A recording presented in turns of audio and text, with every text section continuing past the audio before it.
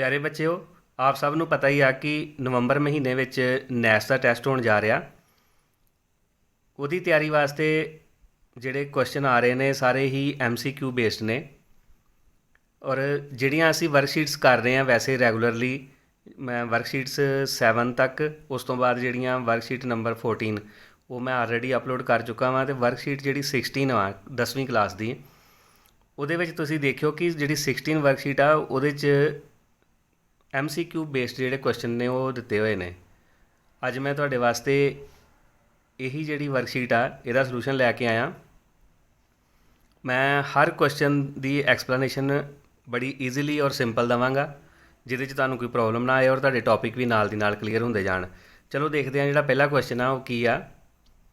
ਔਰ ਜਿਹੜੀ ਇਹ ਵਰਕਸ਼ੀਟ ਆ ਉਹ ਦੇਖ ਲਓ ਤੁਸੀਂ, real numbers, polynomials, pair of linear equations and quadratic equations, ਯਾਨੀ ਕਿ ਇਹ ਸਾਰੀਆਂ ਹੀ ਵਾਸਤਵਿਕ ਸੰਖਿਆਵਾਂ, ਬਹੁਪਦ ਅਤੇ ਦੋ ਪਦਾਂ ਵਿੱਚ ਰੇਖੀ ਸਮੀਕਰਨਾਂ ਦੇ ਜੋੜੇ, ਇਹਨਾਂ ਸਾਰਿਆਂ ਨੂੰ ਮਿਲਾ ਕੇ ਇਕੱਠੇ ਕੁਐਸਚਨ ਬਣਾਏ ਹੋਏ ਨੇ। ਅਤੇ ਇਹਦਾ ਪਹਿਲਾ ਕੁਐਸਚਨ ਦੇਖਦੇ ਹਾਂ। ਪਹਿਲਾ ਕੁਐਸਚਨ ਕਿ ਇਹਨਾਂ ਵਿੱਚੋਂ ਕਿਹੜਾ ਕਥਨ ਸਹੀ ਹੈ। Which one of the following statements is true. ਥੱਲੇ ਆ ਸਟੇਟਮੈਂਟਸ ਦਿੱਤੀਆਂ ਨੇ 4। ਉਹਦੇ ਵਿੱਚ ਕੀ ਆ ਕਿ ਹਰੇਕ ਸੰਪੂਰਨ ਸੰਖਿਆ ਇੱਕ ਪੂਰਨ ਸੰਖਿਆ ਹੈ, ਹਰੇਕ ਪਰਿਮੇਯ ਸੰਖਿਆ ਇੱਕ ਸੰਪੂਰਨ ਸੰਖਿਆ ਹੈ, ਹਰੇਕ ਆਪਰਿਮੇਯ ਸੰਖਿਆ ਇੱਕ ਵਾਸਤਵਿਕ ਸੰਖਿਆ ਹੈ, ਜਾਂ ਹਰੇਕ ਵਾਸਤਵਿਕ ਸੰਖਿਆ ਇੱਕ ਆਪਰਿਮੇਯ ਸੰਖਿਆ ਹੈ। ਹੁਣ ਇਹਨਾਂ ਵਿੱਚੋਂ ਇਹ ਪੁੱਛਿਆ ਗਿਆ ਕਿ ਇਹਨਾਂ 'ਚੋਂ ਕਿਹੜਾ ਕਥਨ ਸਹੀ ਹੈ। ਸਭ ਤੋਂ ਪਹਿਲਾਂ ਤਾਂ ਬੱਚਿਓ ਸਾਨੂੰ ਇਹ ਜਾਣਕਾਰੀ ਹੋਣੀ ਚਾਹੀਦੀ ਆ ਕਿ ਪੂਰਨ ਸੰਖਿਆਵਾਂ, ਸੰਪੂਰਨ ਸੰਖਿਆਵਾਂ, ਪਰਿਮੇਯ, ਆਪਰਿਮੇਯ ਅਤੇ ਵਾਸਤਵਿਕ ਸੰਖਿਆਵਾਂ ਜਿਹੜੀਆਂ ਉਹ ਕਿਹੜੀਆਂ ਹੁੰਦੀਆਂ ਨੇ। ਅਤੇ ਫਿਰ ਅਸੀਂ ਇਹਨਾਂ ਆਪਸ਼ਨਸ ਬਾਰੇ ਗੱਲ ਕਰਾਂਗੇ। ਚਲੋ ਸਭ ਤੋਂ ਪਹਿਲਾਂ ਮੈਂ ਤੁਹਾਨੂੰ ਇਹ ਦੱਸਦਾ ਕਿ ਇਹ ਸੰਖਿਆਵਾਂ ਨੂੰ ਅਸੀਂ ਕਿਸ ਤਰ੍ਹਾਂ ਦੇਖਦੇ ਹਾਂ। ਆਹ ਦੇਖੋ ਬੱਚਿਓ, ਜਿਹੜਾ ਪਹਿਲਾ ਕੁਐਸਚਨ ਅਸੀਂ ਕਰਨਾ ਵਾ ਉਹਦੇ ਵਾਸਤੇ ਮੈਂ ਤੁਹਾਨੂੰ ਦੱਸਦਾ ਸਭ ਤੋਂ ਪਹਿਲਾਂ ਕਿ ਸਭ ਤੋਂ ਪਹਿਲਾਂ ਅਸੀਂ ਲੈਂਦੇ ਹਾਂ ਕੁਦਰਤੀ ਸੰਖਿਆਵਾਂ।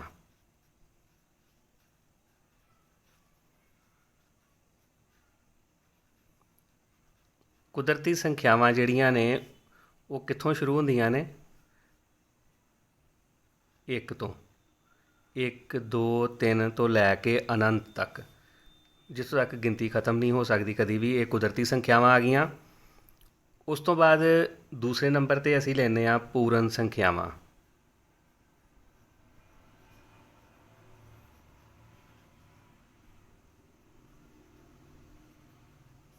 ਪੂਰਨ ਸੰਖਿਆਵਾਂ ਕਿੱਥੋਂ ਸ਼ੁਰੂ ਹੁੰਦੀਆਂ? 0 ਤੋਂ, 0 ਤੋਂ ਲੈ ਕੇ ਅਤੇ ਸੋ ਔਨ। ਹੁਣ ਜਿਹੜੀਆਂ ਕੁਦਰਤੀ ਸੰਖਿਆਵਾਂ ਨੇ ਉਹਨਾਂ ਨੂੰ ਅਸੀਂ ਇੰਗਲਿਸ਼ ਵਿੱਚ ਨੈਚੁਰਲ ਨੰਬਰਸ, ਪੂਰਨ ਸੰਖਿਆਵਾਂ ਨੂੰ ਅਸੀਂ ਹੋਲ ਨੰਬਰਸ, ਪੂਰਨ ਸੰਖਿਆਵਾਂ ਨੂੰ ਅਸੀਂ ਕੀ ਬੋਲਦੇ ਹਾਂ? Whole numbers. ਇਸ ਤੋਂ ਬਾਅਦ ਜਿਹੜੀਆਂ ਨੈਕਸਟ ਨੇ ਉਹ ਆਉਂਦੀਆਂ ਨੇ ਸੰਪੂਰਨ, ਸੰਪੂਰਨ ਸੰਖਿਆਵਾਂ। ਜਿਹੜੀਆਂ ਸੰਪੂਰਨ ਸੰਖਿਆਵਾਂ ਨੇ ਇਹਨਾਂ ਨੂੰ ਅਸੀਂ ਬੋਲਦੇ ਹਾਂ ਇੰਟੀਜਰਸ। ਔਰ ਜਿਹੜੇ ਇਹ ਇੰਟੀਜਰਸ ਨੇ ਇਹ ਤੁਸੀਂ ਦੇਖਿਆ ਹੋਣਾ ਬੱਚਿਓ ਸੰਖਿਆ ਰੇਖਾ ਦੇ ਉੱਪਰ, ਜਿਸ ਤਰ੍ਹਾਂ ਅਸੀਂ ਇੱਕ ਸੰਖਿਆ ਰੇਖਾ ਲੈ ਕੇ ਉਹਦੇ ਉੱਪਰ 0 ਇੱਧਰ 1 2 3, ਇੱਧਰ -1 -2 -3, ਇਸ ਤਰ੍ਹਾਂ ਕਰਕੇ ਸੋ ਹੁਣ ਇੱਧਰ ਨੂੰ ਜਿੱਥੋਂ ਤੱਕ ਮਰਜ਼ੀ ਗਿਣਤੀ ਜਾ ਸਕਦੀ ਨੈਗੇਟਿਵ ਸੰਖਿਆਵਾਂ ਦੀ, ਯਾਨੀ ਕਿ ਮਾਈਨਸ ਵਾਲਿਆਂ ਦੀ ਵਿੱਚ 0 ਵੀ ਆਏਗਾ, ਅਤੇ ਨਾਲ 1 2 3 ਯਾਨੀ ਕਿ ਸੋ ਹੁਣ ਅੱਗੇ ਸੰਖਿਆਵਾਂ ਜਿੱਥੋਂ ਤੱਕ ਚੱਲਦੀਆਂ ਨੇ ਇਹ ਦੋਨੋਂ ਪਾਸੇ ਨੂੰ ਹੀ ਅਨੰਤ ਇਨਫਾਈਨਾਈਟ ਹੋਣਗੀਆਂ। ਇਹਨਾਂ ਦੀ ਕੋਈ ਗਿਣਤੀ ਨਹੀਂ ਹੋ ਸਕਦੀ, ਖ਼ਤਮ ਨਹੀਂ ਹੋ ਸਕਦੀਆਂ। ਇਹਦੇ 'ਚ ਮਾਈਨਸ ਵਾਲੀਆਂ ਸਾਰੀਆਂ ਆਉਣਗੀਆਂ, 0 ਵੀ ਆਏਗਾ, ਅਤੇ ਅੱਗੇ ਪੋਜ਼ੀਟਿਵ ਸੰਖਿਆਵਾਂ ਵੀ ਸਾਰੀਆਂ ਆਉਣਗੀਆਂ। ਇਹ ਆ ਗਏ ਇੰਟੀਜ਼ਰਸ।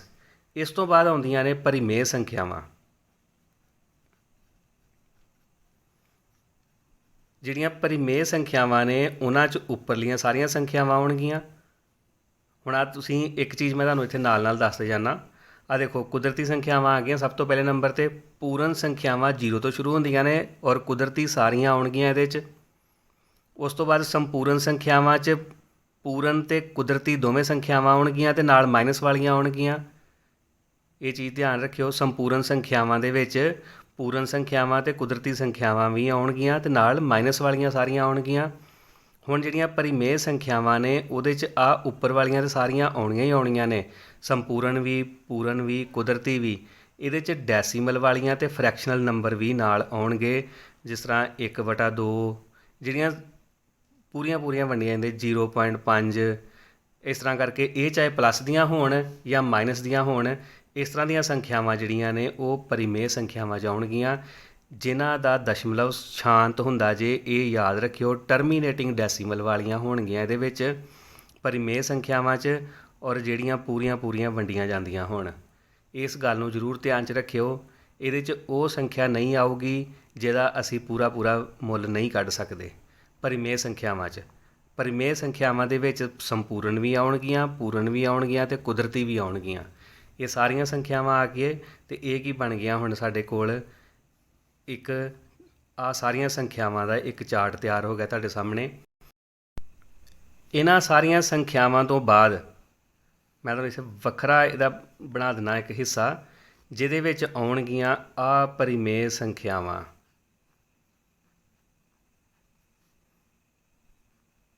अपरिमेय ਸੰਖਿਆਵਾਂ यानी कि इररैशनल नंबर्स।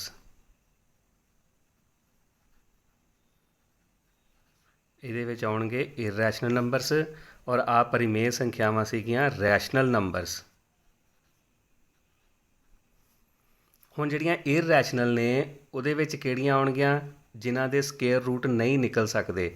ਹੁਣ ਜਿਹੜੀਆਂ ਰੈਸ਼ਨਲ ਨੰਬਰ ਵਾ ਇਹਦੇ 'ਚ ਅਸੀਂ ਸਕੇਅਰ ਰੂਟ 4 ਵੀ ਲੈ ਸਕਦੇ ਹਾਂ, ਸਕੇਅਰ ਰੂਟ 9 ਵੀ ਲੈ ਸਕਦੇ ਹਾਂ, ਯਾਨੀ ਕਿ ਇਹਨਾਂ ਦੀ ਵੈਲਿਊ ਪੂਰੀ ਆ ਜਾਂਦੀ ਆ। 4 ਦਾ ਅੰਡਰ ਰੂਟ ਜਿਹੜਾ 2 ਅਤੇ 9 ਦਾ ਅੰਡਰ ਰੂਟ 3। 2 ਦਾ ਅੰਡਰ ਰੂਟ ਨਹੀਂ ਨਿਕਲੇਗਾ, 3 ਦਾ ਨਹੀਂ ਨਿਕਲੇਗਾ। ਇਹਦੇ 'ਚ ਨੌਨ ਟਰਮੀਨੇਟਿੰਗ ਅਤੇ ਨੌਨ ਰਿਪੀਟਿੰਗ ਮੈਂ ਤੁਹਾਨੂੰ ਪਿੱਛੇ ਕਿ ਜਦੋਂ ਵਰਕਸ਼ੀਟ ਕਰਵਾਈ ਸੀ ਉਹਦੇ 'ਚ ਮੈਂ ਸਾਰਾ ਐਕਸਪਲੇਨ ਕੀਤਾ ਸੀਗਾ। ਨੌਨ ਟਰਮੀਨੇਟਿੰਗ, ਨੌਨ ਰਿਪੀਟਿੰਗ, ਜਿਸ ਤਰ੍ਹਾਂ ਮੰਨ ਲਓ ਕੋਈ ਇਸ ਤਰ੍ਹਾਂ ਦੀ ਕੋਈ ਸੰਖਿਆ ਤੁਹਾਡੇ ਕੋਲ ਡਿਵਾਈਡ ਕਰਕੇ ਅਤੇ ਅੱਗੇ 100 ਔਨ ਪਾਇਆ ਇਸ ਤਰ੍ਹਾਂ, ਅਤੇ ਇਹ ਜਿਹੜੀਆਂ ਸੰਖਿਆਵਾਂ ਕਿਹੜੀਆਂ ਹੋਣਗੀਆਂ अपरिमेय ਸੰਖਿਆਵਾਂ। ਇਹਦੇ ਵਿੱਚ ਪਾਈ ਜ਼ਰੂਰ ਯਾਦ ਰੱਖਿਓ ਵੀ ਪਾਈ ਵੀ ਇਹਦੇ ਵਿੱਚ ਹੀ ਆਉਣੀ ਆ। ਇਹ ਸਾਰੀਆਂ ਸੰਖਿਆਵਾਂ अपरिमेय ਜਿਹੜੀਆਂ ਵੱਖਰੀਆਂ ਜੇ। ਜਿਹੜੀਆਂ ਪਰਿਮੇय ਸੰਖਿਆਵਾਂ ਸੰਪੂਰਨ, ਪੂਰਨ, ਕੁਦਰਤੀ ਇਹ ਵੱਖਰੀਆਂ ਜੇ। ਇਹ ਸਾਰੀਆਂ ਇੱਕ ਦੂਸਰੇ ਨਾਲ ਮੈਚ ਨੇ, ਯਾਨੀ ਕਿ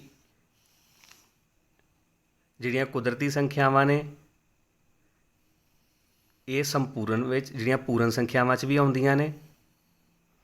ਜਿਹੜੀਆਂ ਪੂਰਨ ਸੰਖਿਆਵਾਂ ਨੇ ਅਤੇ ਕੁਦਰਤੀ ਸੰਖਿਆਵਾਂ ਇਹ ਸੰਪੂਰਨ ਸੰਖਿਆਵਾਂ 'ਚ ਵੀ ਆਉਣਗੀਆਂ। ਅਤੇ ਜਿਹੜੀਆਂ ਪਰਿਮੇय ਸੰਖਿਆਵਾਂ ਨੇ ਉਹਦੇ ਵਿੱਚ ਸਾਰੀਆਂ ਆਉਣਗੀਆਂ, ਉੱਪਰਲੀਆਂ ਤਿੰਨੋਂ ਹੀ ਆਉਣਗੀਆਂ, ਅਤੇ ਨਾਲ ਸਕੇਅਰ ਰੂਟ ਵਾਲੀਆਂ ਜਿਹੜੀਆਂ ਜਿਨ੍ਹਾਂ ਦਾ ਪੂਰਾ ਸਕੇਅਰ ਰੂਟ ਨਿਕਲ ਜਾਂਦਾ ਜਾਂ ਜਿਨ੍ਹਾਂ ਦਾ ਡੈਸੀਮਲ ਟਰਮੀਨੇਟਿੰਗ ਹੁੰਦਾ ਯਾਨੀ ਕਿ ਸ਼ਾਂਤ ਦਸ਼ਮਲਵ ਵਾਲੀਆਂ ਵੀ ਆਉਣਗੀਆਂ।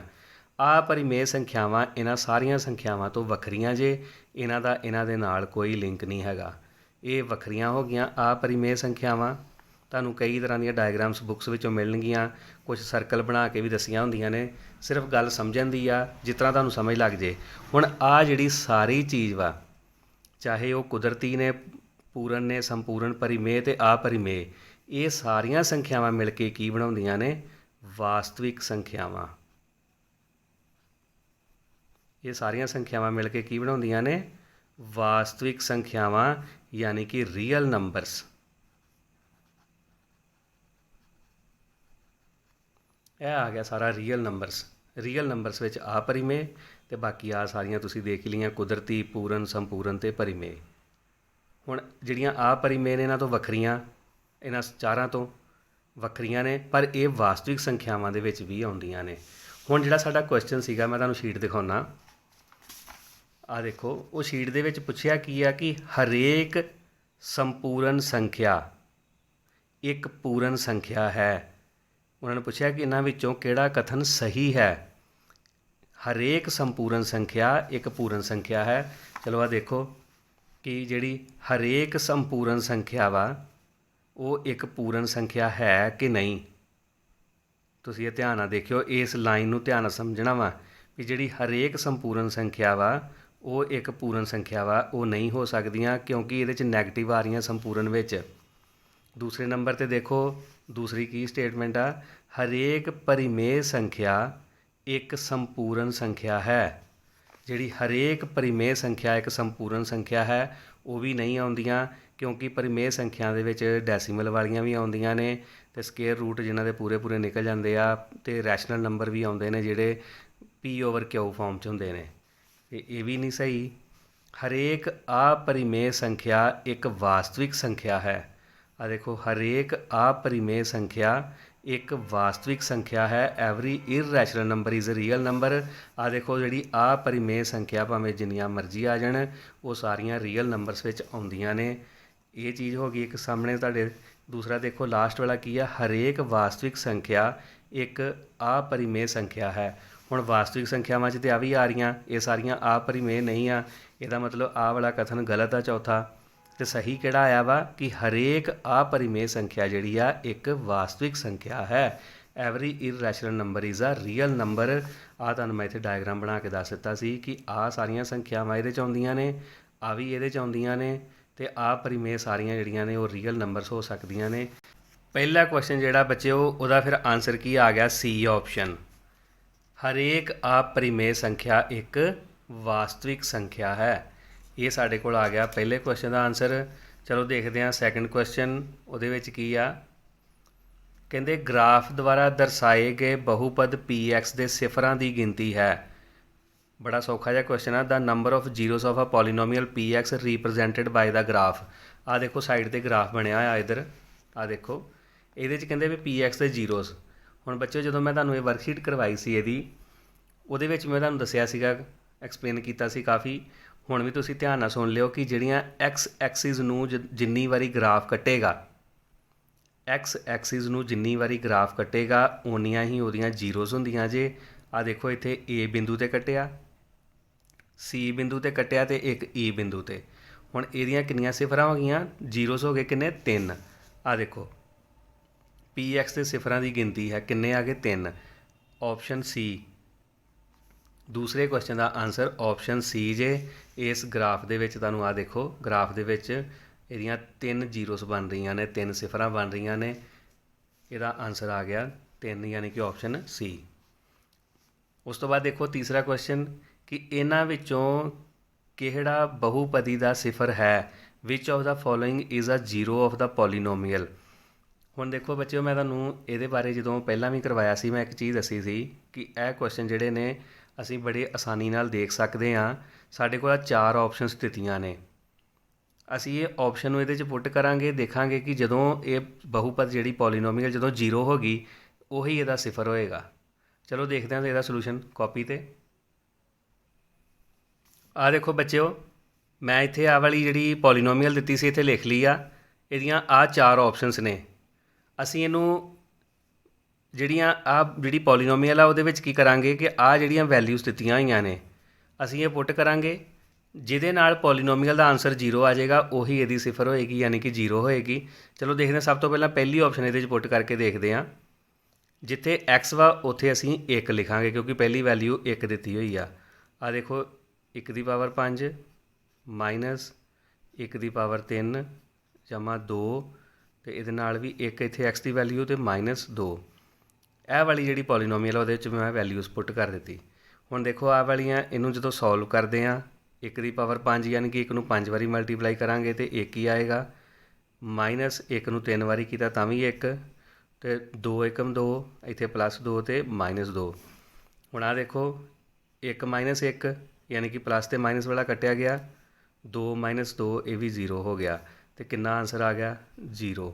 ਯਾਨੀ ਕਿ ਜਿਹੜਾ ਸਾਡਾ ਦੇਖੋ ਹੁਣ ਅੱਗੇ ਸਾਨੂੰ ਸੋਲਵ ਕਰਨ ਦੀ ਲੋੜ ਹੀ ਨਹੀਂ ਆ, ਚੈੱਕ ਕਰਨ ਦੀ ਲੋੜ ਹੀ ਨਹੀਂ ਆ। ਅਸੀਂ ਪਹਿਲਾਂ ਹੀ ਚੈੱਕ ਕੀਤੀ, ਸਾਡਾ ਆਨਸਰ 0 ਆ ਗਿਆ। ਯਾਨੀ ਕਿ ਜਿਹੜਾ ਆਹ ਤੀਸਰਾ ਕੁਐਸਚਨ ਵਾ ਉਹਦਾ ਆਨਸਰ ਆਪਸ਼ਨ ਏ ਜੇ। ਜਿਹੜੀ ਪਹਿਲੀ ਆਪਸ਼ਨ ਹੀ ਆ 1, ਯਾਨੀ ਕਿ ਇਹਦੇ 'ਚ 1 ਪੁੱਟ ਕੀਤੀ ਅਤੇ 0 ਆ ਗਿਆ। ਹੁਣ ਬੱਚੇ ਤੁਸੀਂ ਦੇਖਿਓ -1 ਪੁੱਟ ਕਰਕੇ 2 ਜਾਂ -2 ਕਰਕੇ ਦੇਖਿਓ ਇਹ 0 ਨਹੀਂ ਆਏਗੀ। ਇਸੇ ਤਰ੍ਹਾਂ ਹੀ ਜਦੋਂ ਵੀ ਤੁਸੀਂ ਇਹ ਕੁਐਸਚਨ ਨੂੰ ਸੋਲਵ ਕਰਨਾ ਵਾ ਤੁਸੀਂ ਆਰਾਮ ਨਾਲ ਬੜੀ ਫਾਸਟ ਕੈਲਕੂਲੇਸ਼ਨ ਕਰਨੀ ਹੈ। ਬਸ ਇਹ ਧਿਆਨ ਰੱਖਿਓ ਕਿਉਂਕਿ ਜਿਹੜੇ ਨੈਸ ਦੇ ਟੈਸਟ ਹੋਣੇ ਆ ਉਹਦੇ 'ਚ ਟਾਈਮ ਘੱਟ ਹੋਣਾ ਜੇ, ਔਰ ਤੁਸੀਂ ਆਪਣੇ ਕੁਐਸਚਨ ਨੂੰ ਜਲਦੀ ਤੋਂ ਜਲਦੀ ਕਰਨਾ ਵਾ। ਜਲਦੀ ਤੁਸੀਂ ਤਾਂ ਕਰੋਗੇ ਜੇ ਤੁਸੀਂ ਪ੍ਰੈਕਟਿਸ ਕਰੋਗੇ, ਔਰ ਇਹਨਾਂ ਸਵਾਲਾਂ ਦੀ ਪ੍ਰੈਕਟਿਸ ਜ਼ਰੂਰ ਕਰਿਓ। ਤੁਸੀਂ ਆਹ ਦੂਸਰੀਆਂ ਵੈਲਿਊਜ਼ ਪੁੱਟ ਕਰਕੇ ਇਹਨੂੰ ਕੈਲਕੂਲੇਟ ਜ਼ਰੂਰ ਕਰਿਓ, ਤੁਹਾਡੀ ਕੈਲਕੂਲੇਸ਼ਨ ਜਿਹੜੀ ਉਹ ਤੇਜ਼ ਹੋਏਗੀ।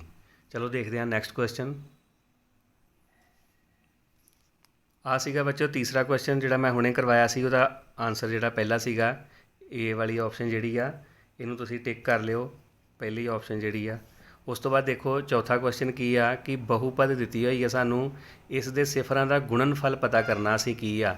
ਸਾਨੂੰ ਨਾਲ 4 ਆਪਸ਼ਨਸ ਦਿੱਤੀਆਂ ਹੋਈਆਂ ਨੇ। The product of zeros of the polynomial this, ਕਿ ਅਸੀਂ ਇਹ ਵਾਲੀ ਜਿਹੜੀ ਪੋਲੀਨੋਮੀਅਲ ਦਿੱਤੀ ਹੋਈ ਹੈ 2x² - 6x + 1 ਇਹਦੇ ਸਿਫਰਾਂ ਦਾ ਗੁਣਨਫਲ ਪਤਾ ਕਰਨਾ। ਮੈਂ ਤੁਹਾਨੂੰ ਦੱਸਦਾ ਕਾਪੀ 'ਤੇ। ਆ ਦੇਖੋ ਬੱਚਿਓ, ਅਸੀਂ ਇਸ ਜਿਹੜਾ ਚੌਥਾ ਕੁਐਸਚਨ ਆ ਉਹਦੇ 'ਚ ਕੀ ਦੱਸਣਾ ਵਾ, ਜਿਹੜੀ ਸਾਨੂੰ ਪੋਲੀਨੋਮੀਅਲ ਦਿੱਤੀ ਹੋਈ ਆ ਉਹ ਹੈਗੀ ਜੇ 2x² - 6x + 1। ਇਹਦੇ 'ਚ ਅਸੀਂ ਕੀ ਪਤਾ ਕਰਨਾ, ਸਿਫਰਾਂ ਦਾ ਗੁਣਨਫਲ।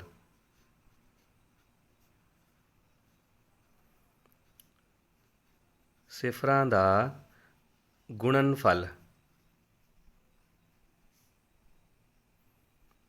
ਇੰਗਲਿਸ਼ ਵਿੱਚ product of zeros. Product of zeros ਇੱਕੋ ਹੀ ਗੱਲ ਆ। ਇਹਨੂੰ ਕੀ ਲਿਖਦੇ ਹਾਂ ਅਸੀਂ, C/A। ਹੁਣ ਆ ਜਿਹੜਾ C/A ਆ, C ਕਿਹਦੀ ਵੈਲਿਊ ਤੇ A ਕਿਹੜੀ ਵੈਲਿਊ, ਮੈਂ ਤੁਹਾਨੂੰ ਦੱਸਦਾ। ਇੱਥੇ ਮੈਂ ਪੋਲੀਨੋਮੀਅਲ ਲਿਖ ਦੇਣਾ ਜਿਹੜੀ ਪਹਿਲਾਂ ਦਿੱਤੀ ਹੋਈ ਆ 2x² - 6x + 1। ਔਰ ਜਿਹੜੀ ਪੋਲੀਨੋਮੀਅਲ ਦੀ ਸਟੈਂਡਰਡ ਫਾਰਮ ਜੇ ਉਹ ਹੁੰਦੀ ਜੇ ax² + bx + c। ਹੁਣ ਇਹਦੇ ਤੋਂ ਅਸੀਂ a ਦੀ ਵੈਲਿਊ ਕੱਢ ਲੈਣੀ ਆ, ਫਿਰ b ਦੀ ਵੈਲਿਊ ਅਤੇ ਫਿਰ c ਦੀ ਵੈਲਿਊ। ਹੁਣ ਆ ਦੇਖੋ a ਦੀ ਵੈਲਿਊ ਕਿੰਨੀ ਆ ਰਹੀ ਹੈ ਇੱਥੇ, a = 2। ਹੁਣ ਆ ਦੇਖੋ x² ਦਾ ਕੋਫੀਸ਼ੀਐਂਟ 2 ਹੈਗਾ ਸੀ, ਮੈਂ 2 ਲਿਖ ਲਿਆ। ਮੰਨ ਲਓ ਕਿ ਇੱਥੇ x² ਇਕੱਲਾ ਹੁੰਦਾ, ਫਿਰ ਇਹਦਾ ਜਿਹੜਾ ਕੋਫੀਸ਼ੀਐਂਟ ਹੋਣਾ ਸੀਗਾ, ਯਾਨੀ ਗੁਣਾਕ ਕਿੰਨਾ ਹੋਣਾ ਸੀ, 1। ਫਿਰ a ਦੀ ਵੈਲਿਊ 1 ਆਉਣੀ ਸੀ। ਹੁਣ b ਦੀ ਵੈਲਿਊ ਇੱਥੇ ਕਿੰਨੀ ਆ ਗਈ ਆ, ਅਸੀਂ ਵਿਦ ਸਾਈਨ ਲੈਣਾ ਜੇ। ਇਹ ਪਲੱਸ ਦੀ ਹੀ ਅਤੇ ਪਲੱਸ ਮੈਂ ਨਹੀਂ ਪਾਇਆ, ਪਲੱਸ ਦਾ ਇਸ ਤਰ੍ਹਾਂ ਹੀ ਲਿਖ ਦਿੰਦੇ ਹਾਂ ਅਸੀਂ ਨੰਬਰ। b ਦੀ ਵੈਲਿਊ ਹੈਗੀ ਜੇ -6 ਘਟਾਓ 6। ਇਹ ਅਸੀਂ ਇਸ ਤਰ੍ਹਾਂ ਹੀ ਲਿਖਣਾ ਜੇ। ਅਤੇ ਜਿਹੜਾ c ਹੈਗਾ ਜੇ ਉਹ ਹੈਗਾ 1, ਪਲੱਸ ਦੀ ਆ, ਅਸੀਂ 1 ਲਿਖ ਲਿਆ। ਹੁਣ ਅਸੀਂ ਕੱਢਣਾ ਕੀ ਹੈ, ਸਿਫਰਾਂ ਦਾ ਗੁਣਨਫਲ। ਸਿਫਰਾਂ ਦਾ ਗੁਣਨਫਲ C/A। ਇਹਦੇ 'ਚ ਵੈਲਿਊ ਪੁੱਟ ਕਰ ਦਿਓ। c ਦੀ ਵੈਲਿਊ ਕਿੰਨੀ ਆਈ ਆ, 1, ਅਤੇ a ਕਿੰਨਾ ਜੇ, 2। ਹੁਣ ਕਿਹੜਾ ਆਨਸਰ ਆ ਗਿਆ, 1/2। ਹੁਣ ਤੁਹਾਨੂੰ ਮੈਂ ਵਰਕਸ਼ੀਟ ਦਿਖਾਉਂਦਾ ਵਾਂ। ਵਰਕਸ਼ੀਟ ਵੇਖੋ, ਵਰਕਸ਼ੀਟ ਦੇ ਵਿੱਚ ਆਹ ਜਿਹੜਾ ਚੌਥਾ ਕੁਐਸਚਨ ਵਾ ਉਹਦੇ 'ਚ ਜਿਹੜਾ ਆਨਸਰ 1/2 ਆ ਉਹ ਕਿੰਨਵੇਂ ਨੰਬਰ 'ਤੇ, ਤੀਸਰੇ ਨੰਬਰ 'ਤੇ, ਯਾਨੀ ਕਿ C ਆਪਸ਼ਨ ਵਾ। ਇਹਦੇ ਉੱਪਰ ਟਿਕ ਲਗਾ ਲਿਓ, ਜਿਹੜੀ C ਆਪਸ਼ਨ, ਇਹ ਤੁਹਾਡਾ ਆਨਸਰ ਹੋਏਗਾ C ਆਪਸ਼ਨ 1/2। ਇਹ ਸੀਗਾ ਪ੍ਰੋਡਕਟ ਆਫ ਜ਼ੀਰੋਜ਼। ਮੈਂ ਇਸੇ ਕੁਐਸਚਨ ਦੇ ਨਾਲ ਤੁਹਾਨੂੰ ਇੱਕ ਚੀਜ਼ ਹੋਰ ਦੱਸਦਾ ਕਿ ਜੇ ਇਹੀ ਸਵਾਲ ਇਹਦੇ ਵਿੱਚ ਹੀ ਪੁੱਛਿਆ ਹੁੰਦਾ ਕਿ ਸਿਫਰਾਂ ਦਾ ਜੋੜ, ਸਿਫਰਾਂ ਦਾ ਜੋੜ ਇਹ ਪੁੱਛਿਆ ਹੁੰਦਾ ਤੇ ਇੱਥੇ ਤੁਸੀਂ some of zeros, English medium ਵਾਲੇ ਬੱਚੇ ਲਿਖ ਲਿਓ। ਇਹਨੂੰ ਕੀ ਲਿਖਦੇ ਹਾਂ ਅਸੀਂ, -B/A। ਹੁਣ ਇਹ ਮਾਈਨਸ ਫਾਰਮੂਲੇ ਦੀ ਜੇ, ਇਹ ਨਾਲ ਰਹਿਣੀ ਆ। b ਦੀ ਵੈਲਿਊ ਕਿੰਨੀ ਆ, -6। ਇਸ ਤਰ੍ਹਾਂ ਲਿਖਾਂਗੇ। a ਦੀ ਵੈਲਿਊ ਕਿੰਨੀ ਆ, 2। ਹੁਣ ਜਦੋਂ ਇਹਨੂੰ ਸੋਲਵ ਕਰਨਾ ਵਾ ਅਸੀਂ, ਅਤੇ ਆ ਜਿਹੜਾ ਮਾਈਨਸ ਅਤੇ ਮਾਈਨਸ ਇਹ ਕੀ ਹੋ ਜਾਏਗਾ, ਪਲੱਸ। ਅਤੇ ਇੱਥੇ ਆ ਜਾਏਗਾ 6/2। ਅਤੇ 2 ਦੇ ਪਹਾੜੇ 'ਚ 6 ਕੱਟਿਆਗਾ, 3 = 3। ਇਹ ਇਹਦਾ ਆਨਸਰ ਆਉਣਾ ਸੀਗਾ ਜੇ ਸਾਨੂੰ ਸਵਾਲ 'ਚ ਪੁੱਛਿਆ ਹੁੰਦਾ ਸਿਫਰਾਂ ਦਾ ਜੋੜ, ਸਮ ਆਫ ਜ਼ੀਰੋਜ਼। ਇਹ ਹੁਣ ਤੁਸੀਂ ਧਿਆਨ ਰੱਖਿਓ, ਕਿਸੇ ਵੀ ਕੁਐਸਚਨ 'ਚ ਤੁਹਾਨੂੰ ਕੋਈ ਵੀ ਗੱਲ ਪੁੱਛੀ ਜਾ ਸਕਦੀ ਆ। -B/A ਸਿਫਰਾਂ ਦਾ ਜੋੜ, ਅਤੇ ਜਿਹੜਾ ਗੁਣਨਫਲ ਵਾ ਉਹ ਕੀ ਆ, C/A। ਇਹ ਸੀਗਾ ਇਹਦਾ ਆਨਸਰ ਜਿਹੜਾ ਚੌਥੇ ਕੁਐਸਚਨ ਦਾ। ਮੈਂ ਤੁਹਾਨੂੰ ਨਾਲ ਦੱਸ ਦਿੱਤਾ ਸਿਫਰਾਂ ਦਾ ਜੋੜ ਕਿਸ ਤਰ੍ਹਾਂ ਪਤਾ ਕਰਦੇ ਹਾਂ। ਚਲੋ ਦੇਖਦੇ ਹਾਂ ਨੈਕਸਟ ਕੁਐਸਚਨ ਨੰਬਰ 5।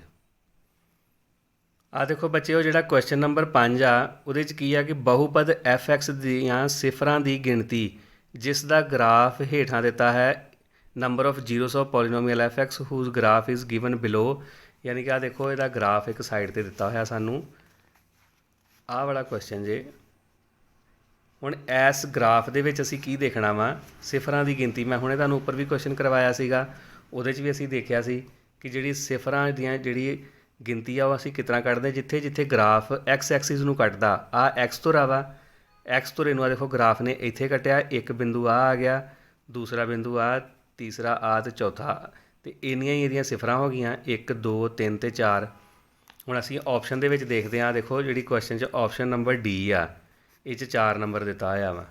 ਇਹੀ ਸਾਡਾ ਆਨਸਰ ਆ। ਪਹਿਲੀ ਆਪਸ਼ਨ 1 ਵਾ, ਦੂਸਰੀ 2, ਤੀਸਰੀ 3 ਅਤੇ ਚੌਥੀ 4। ਸਿਫਰਾਂ 4 ਆਈਆਂ ਗ੍ਰਾਫ 'ਚ। ਪੰਜਵੇਂ ਕੁਐਸਚਨ ਦਾ ਆਨਸਰ ਕੀ ਹੋਏਗਾ, 4। ਉਸ ਤੋਂ ਬਾਅਦ ਦੇਖਦੇ ਹਾਂ 6ਵਾਂ ਕੁਐਸਚਨ। 6ਵਾਂ ਕੁਐਸਚਨ ਕੀ ਆ, 2 ਘਾਤੀ ਬਹੁਪਦ ਜਿਸ ਦੀਆਂ ਸਿਫਰਾਂ 3 ਅਤੇ 4 ਹਨ ਉਹ ਹੈ the quadratic polynomial whose zeros are 3 and 4 is. ਹੁਣ ਆਹ ਦੇਖੋ ਸਾਨੂੰ 4 ਇਹਦੇ 'ਚ ਬਹੁਪਦਾਂ ਦਿੱਤੀਆਂ ਨੇ, ਯਾਨੀ ਕਿ ਪੋਲੀਨੋਮੀਅਲਸ ਦਿੱਤੀਆਂ ਨੇ 4। ਇਹਨਾਂ 'ਚੋਂ ਦੇਖਣਾ ਵੀ ਕਿਹਦੀਆਂ ਸਿਫਰਾਂ 3 ਅਤੇ 4 ਨੇ।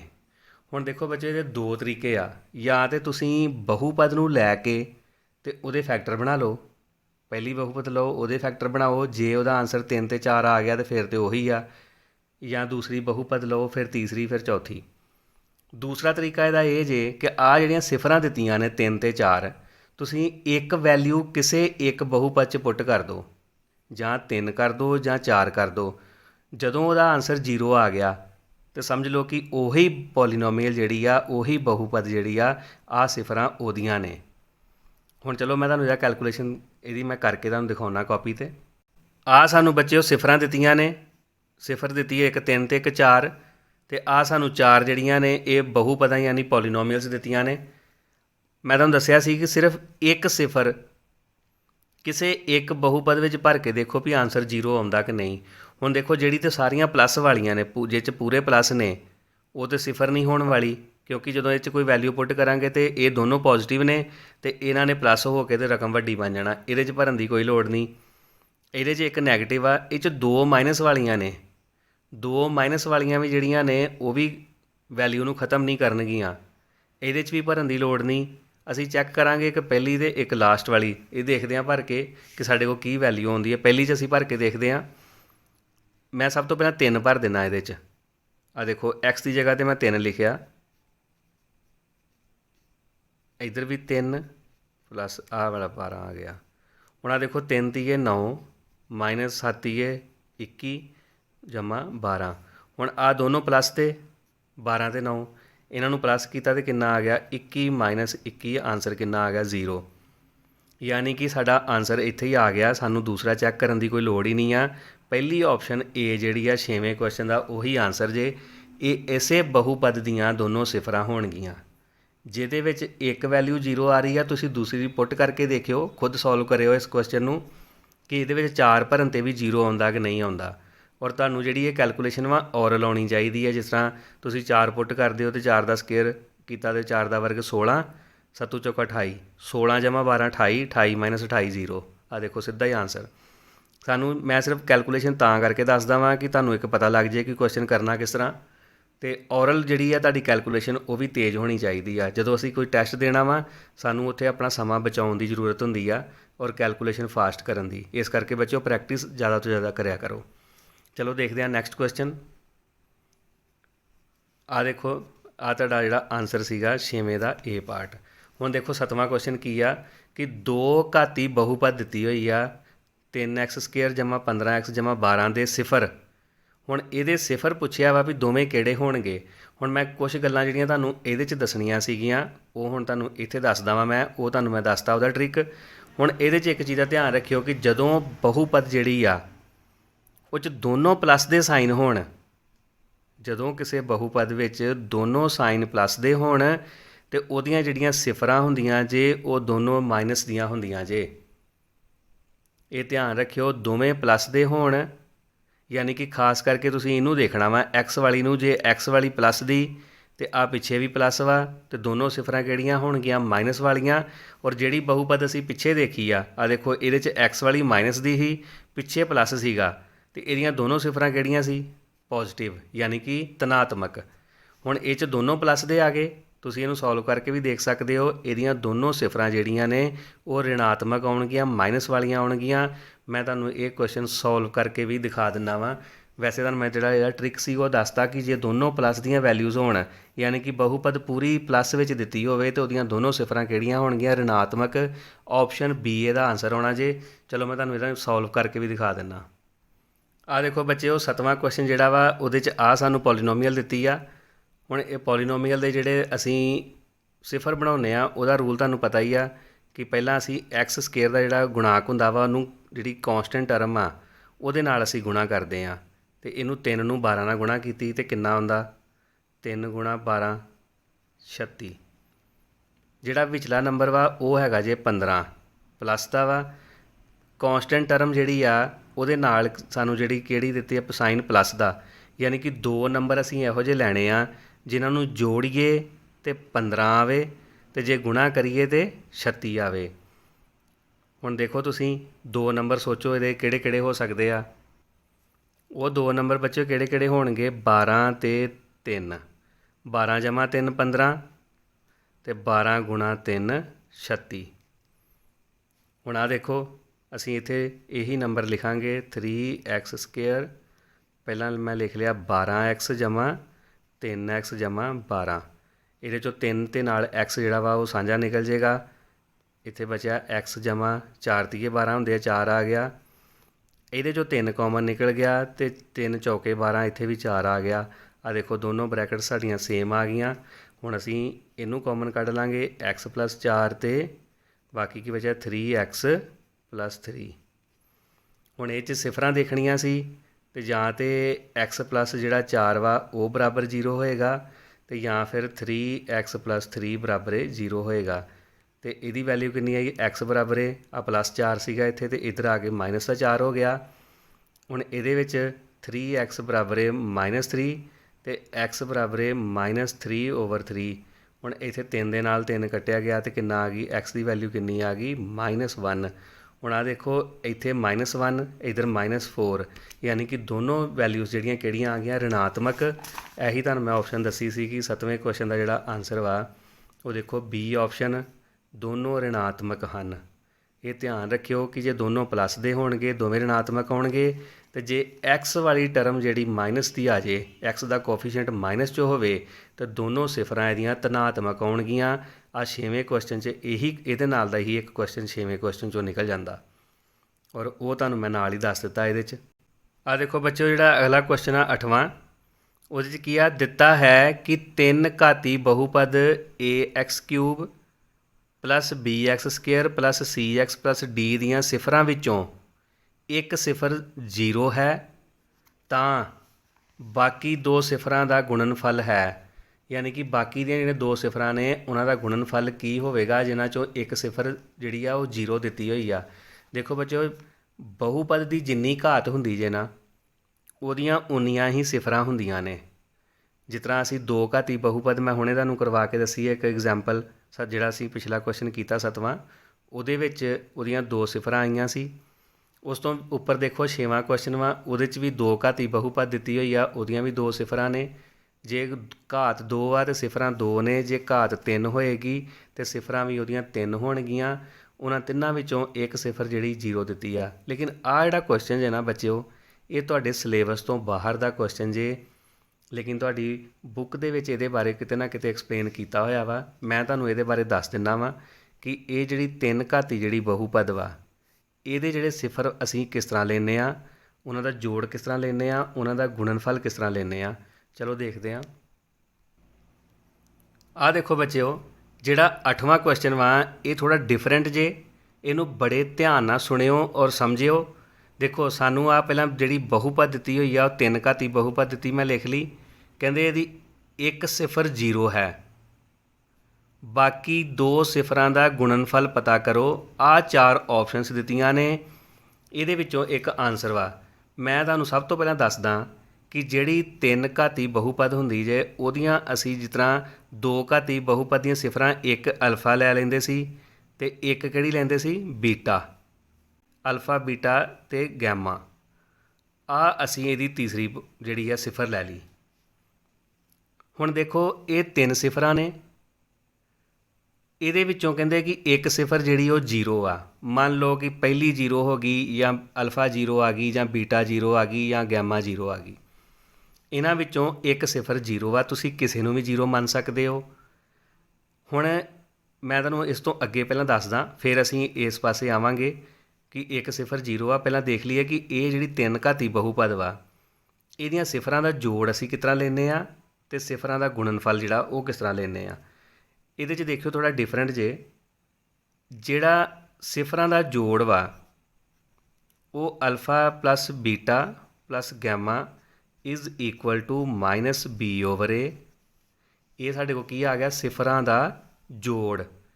ਇਹ ਤੁਸੀਂ ਲਿਖ ਲਿਓ ਆਪਣੇ ਕੋਲ, ਮੈਂ ਇੱਥੇ ਲਿਖ ਦਿੱਤਾ ਸਿਫਰਾਂ ਦਾ ਜੋੜ। ਮੈਂ ਇਕੱਲਾ ਜੋੜ ਇੱਥੇ ਸ਼ਬਦ ਲਿਖਿਆ ਜੇ, ਤੁਸੀਂ ਨਾਲ ਲਿਖ ਲਿਓ ਸਿਫਰਾਂ ਦਾ ਜੋੜ। ਉਸ ਤੋਂ ਬਾਅਦ ਸਿਫਰਾਂ ਦੇ ਗੁਣਨਫਲ ਦਾ ਜੋੜ। ਇਹਦੇ 'ਚ ਇੱਕ ਵੱਖਰੀ ਚੀਜ਼ ਆ ਗਈ ਜੇ, ਸਿਫਰਾਂ ਦੇ ਗੁਣਨਫਲਾਂ ਦਾ ਜਾਂ ਗੁਣਨਫਲ ਦਾ ਜੋੜ। ਜਿਹੜੇ ਸਿਫਰ ਵਾ ਉਹਨਾਂ ਦੇ ਗੁਣਨਫਲ ਕਰਕੇ ਤੇ ਉਹਨਾਂ ਦਾ ਜੋੜ ਕਿਸ ਤਰ੍ਹਾਂ ਕਰਨਾ। ਦੇਖੋ ਗੁਣਨਫਲ ਪਹਿਲਾਂ ਅਲਫਾ ਨੂੰ ਬੀਟਾ ਨਾਲ ਗੁਣਾ ਕੀਤੀ ਪਲੱਸ ਬੀਟਾ ਨੂੰ ਗੈਮਾ ਨਾਲ ਪਲੱਸ ਫਿਰ ਗੈਮਾ ਨੂੰ ਅਲਫਾ ਨਾਲ। ਇਹਨਾਂ ਨੂੰ ਜੋੜ ਕੀਤਾ ਤੇ ਇਹਦਾ ਜਿਹੜਾ ਆਨਸਰ ਆਉਂਦਾ ਜੇ ਯਾਨੀ ਕਿ ਜੋੜਫਲ ਜਿਹੜਾ ਇਹਨਾਂ ਦੇ ਗੁਣਨਫਲ ਦਾ ਜੋੜਫਲ ਵਾ ਉਹ ਸੀ ਬਟਾ ਏ। ਕਿਉਂਕਿ ਆ ਦੇਖੋ ਇਹਦੇ 'ਚ ਸਾਡੇ ਕੋਲ ਲਾਸਟ ਕੌਂਸਟੈਂਟ ਜਿਹੜੀ ਉਹ ਡੀ ਆ। ਇਹਦੇ 'ਚ ਇੱਕ 3 ਪਾਵਰ ਆ ਗਈ, ਇੱਕ 2 ਪਾਵਰ, ਸੀ ਜਿਹੜੀ ਉਹ ਐਕਸ 'ਤੇ ਆ ਗਈ ਅਤੇ ਆ ਡੀ ਆ ਗਈ ਸਾਡੇ ਕੋਲ ਕੌਂਸਟੈਂਟ। ਲੇਕਿਨ ਜਿਹੜੀਆਂ ਸਾਡੀਆਂ ਪਹਿਲੀਆਂ ਬਹੁਪਦ ਸੀ ਉਹ 'ਚ ਕੀ ਸੀਗਾ, ਏ ਐਕਸ ਦੀ 2 ਜਮਾ ਬੀ ਐਕਸ ਜਮਾ ਸੀ, ਅਤੇ ਸੀ ਸਾਡੇ ਕੋਲ ਸਿਫਰਾਂ ਦਾ ਜਿਹੜਾ ਗੁਣਨਫਲ ਸੀਗਾ ਉਹਦੇ 'ਚ ਆ ਜਾਂਦਾ ਸੀ। ਹੁਣ ਸਾਡੇ ਕੋਲ ਇੱਥੇ ਜਿਹੜਾ ਸਿਫਰਾਂ ਦਾ ਇਹਨਾਂ ਦਾ ਗੁਣਨਫਲ ਵਾ ਉਹ ਵੱਖਰਾ ਜੇ। ਇਹ ਸਿਫਰਾਂ ਦੇ ਗੁਣਨਫਲਾਂ ਦਾ ਜੋੜ, ਇੱਥੇ ਤੁਸੀਂ ਲਿਖ ਲਓ ਸਿਫਰਾਂ ਦੇ ਗੁਣਨਫਲਾਂ ਦਾ ਜੋੜ, ਅਤੇ ਲਾਸਟ ਕੀ ਸਾਡੇ ਕੋਲ ਬਚਿਆ, ਸਿਫਰਾਂ ਦਾ ਗੁਣਨਫਲ।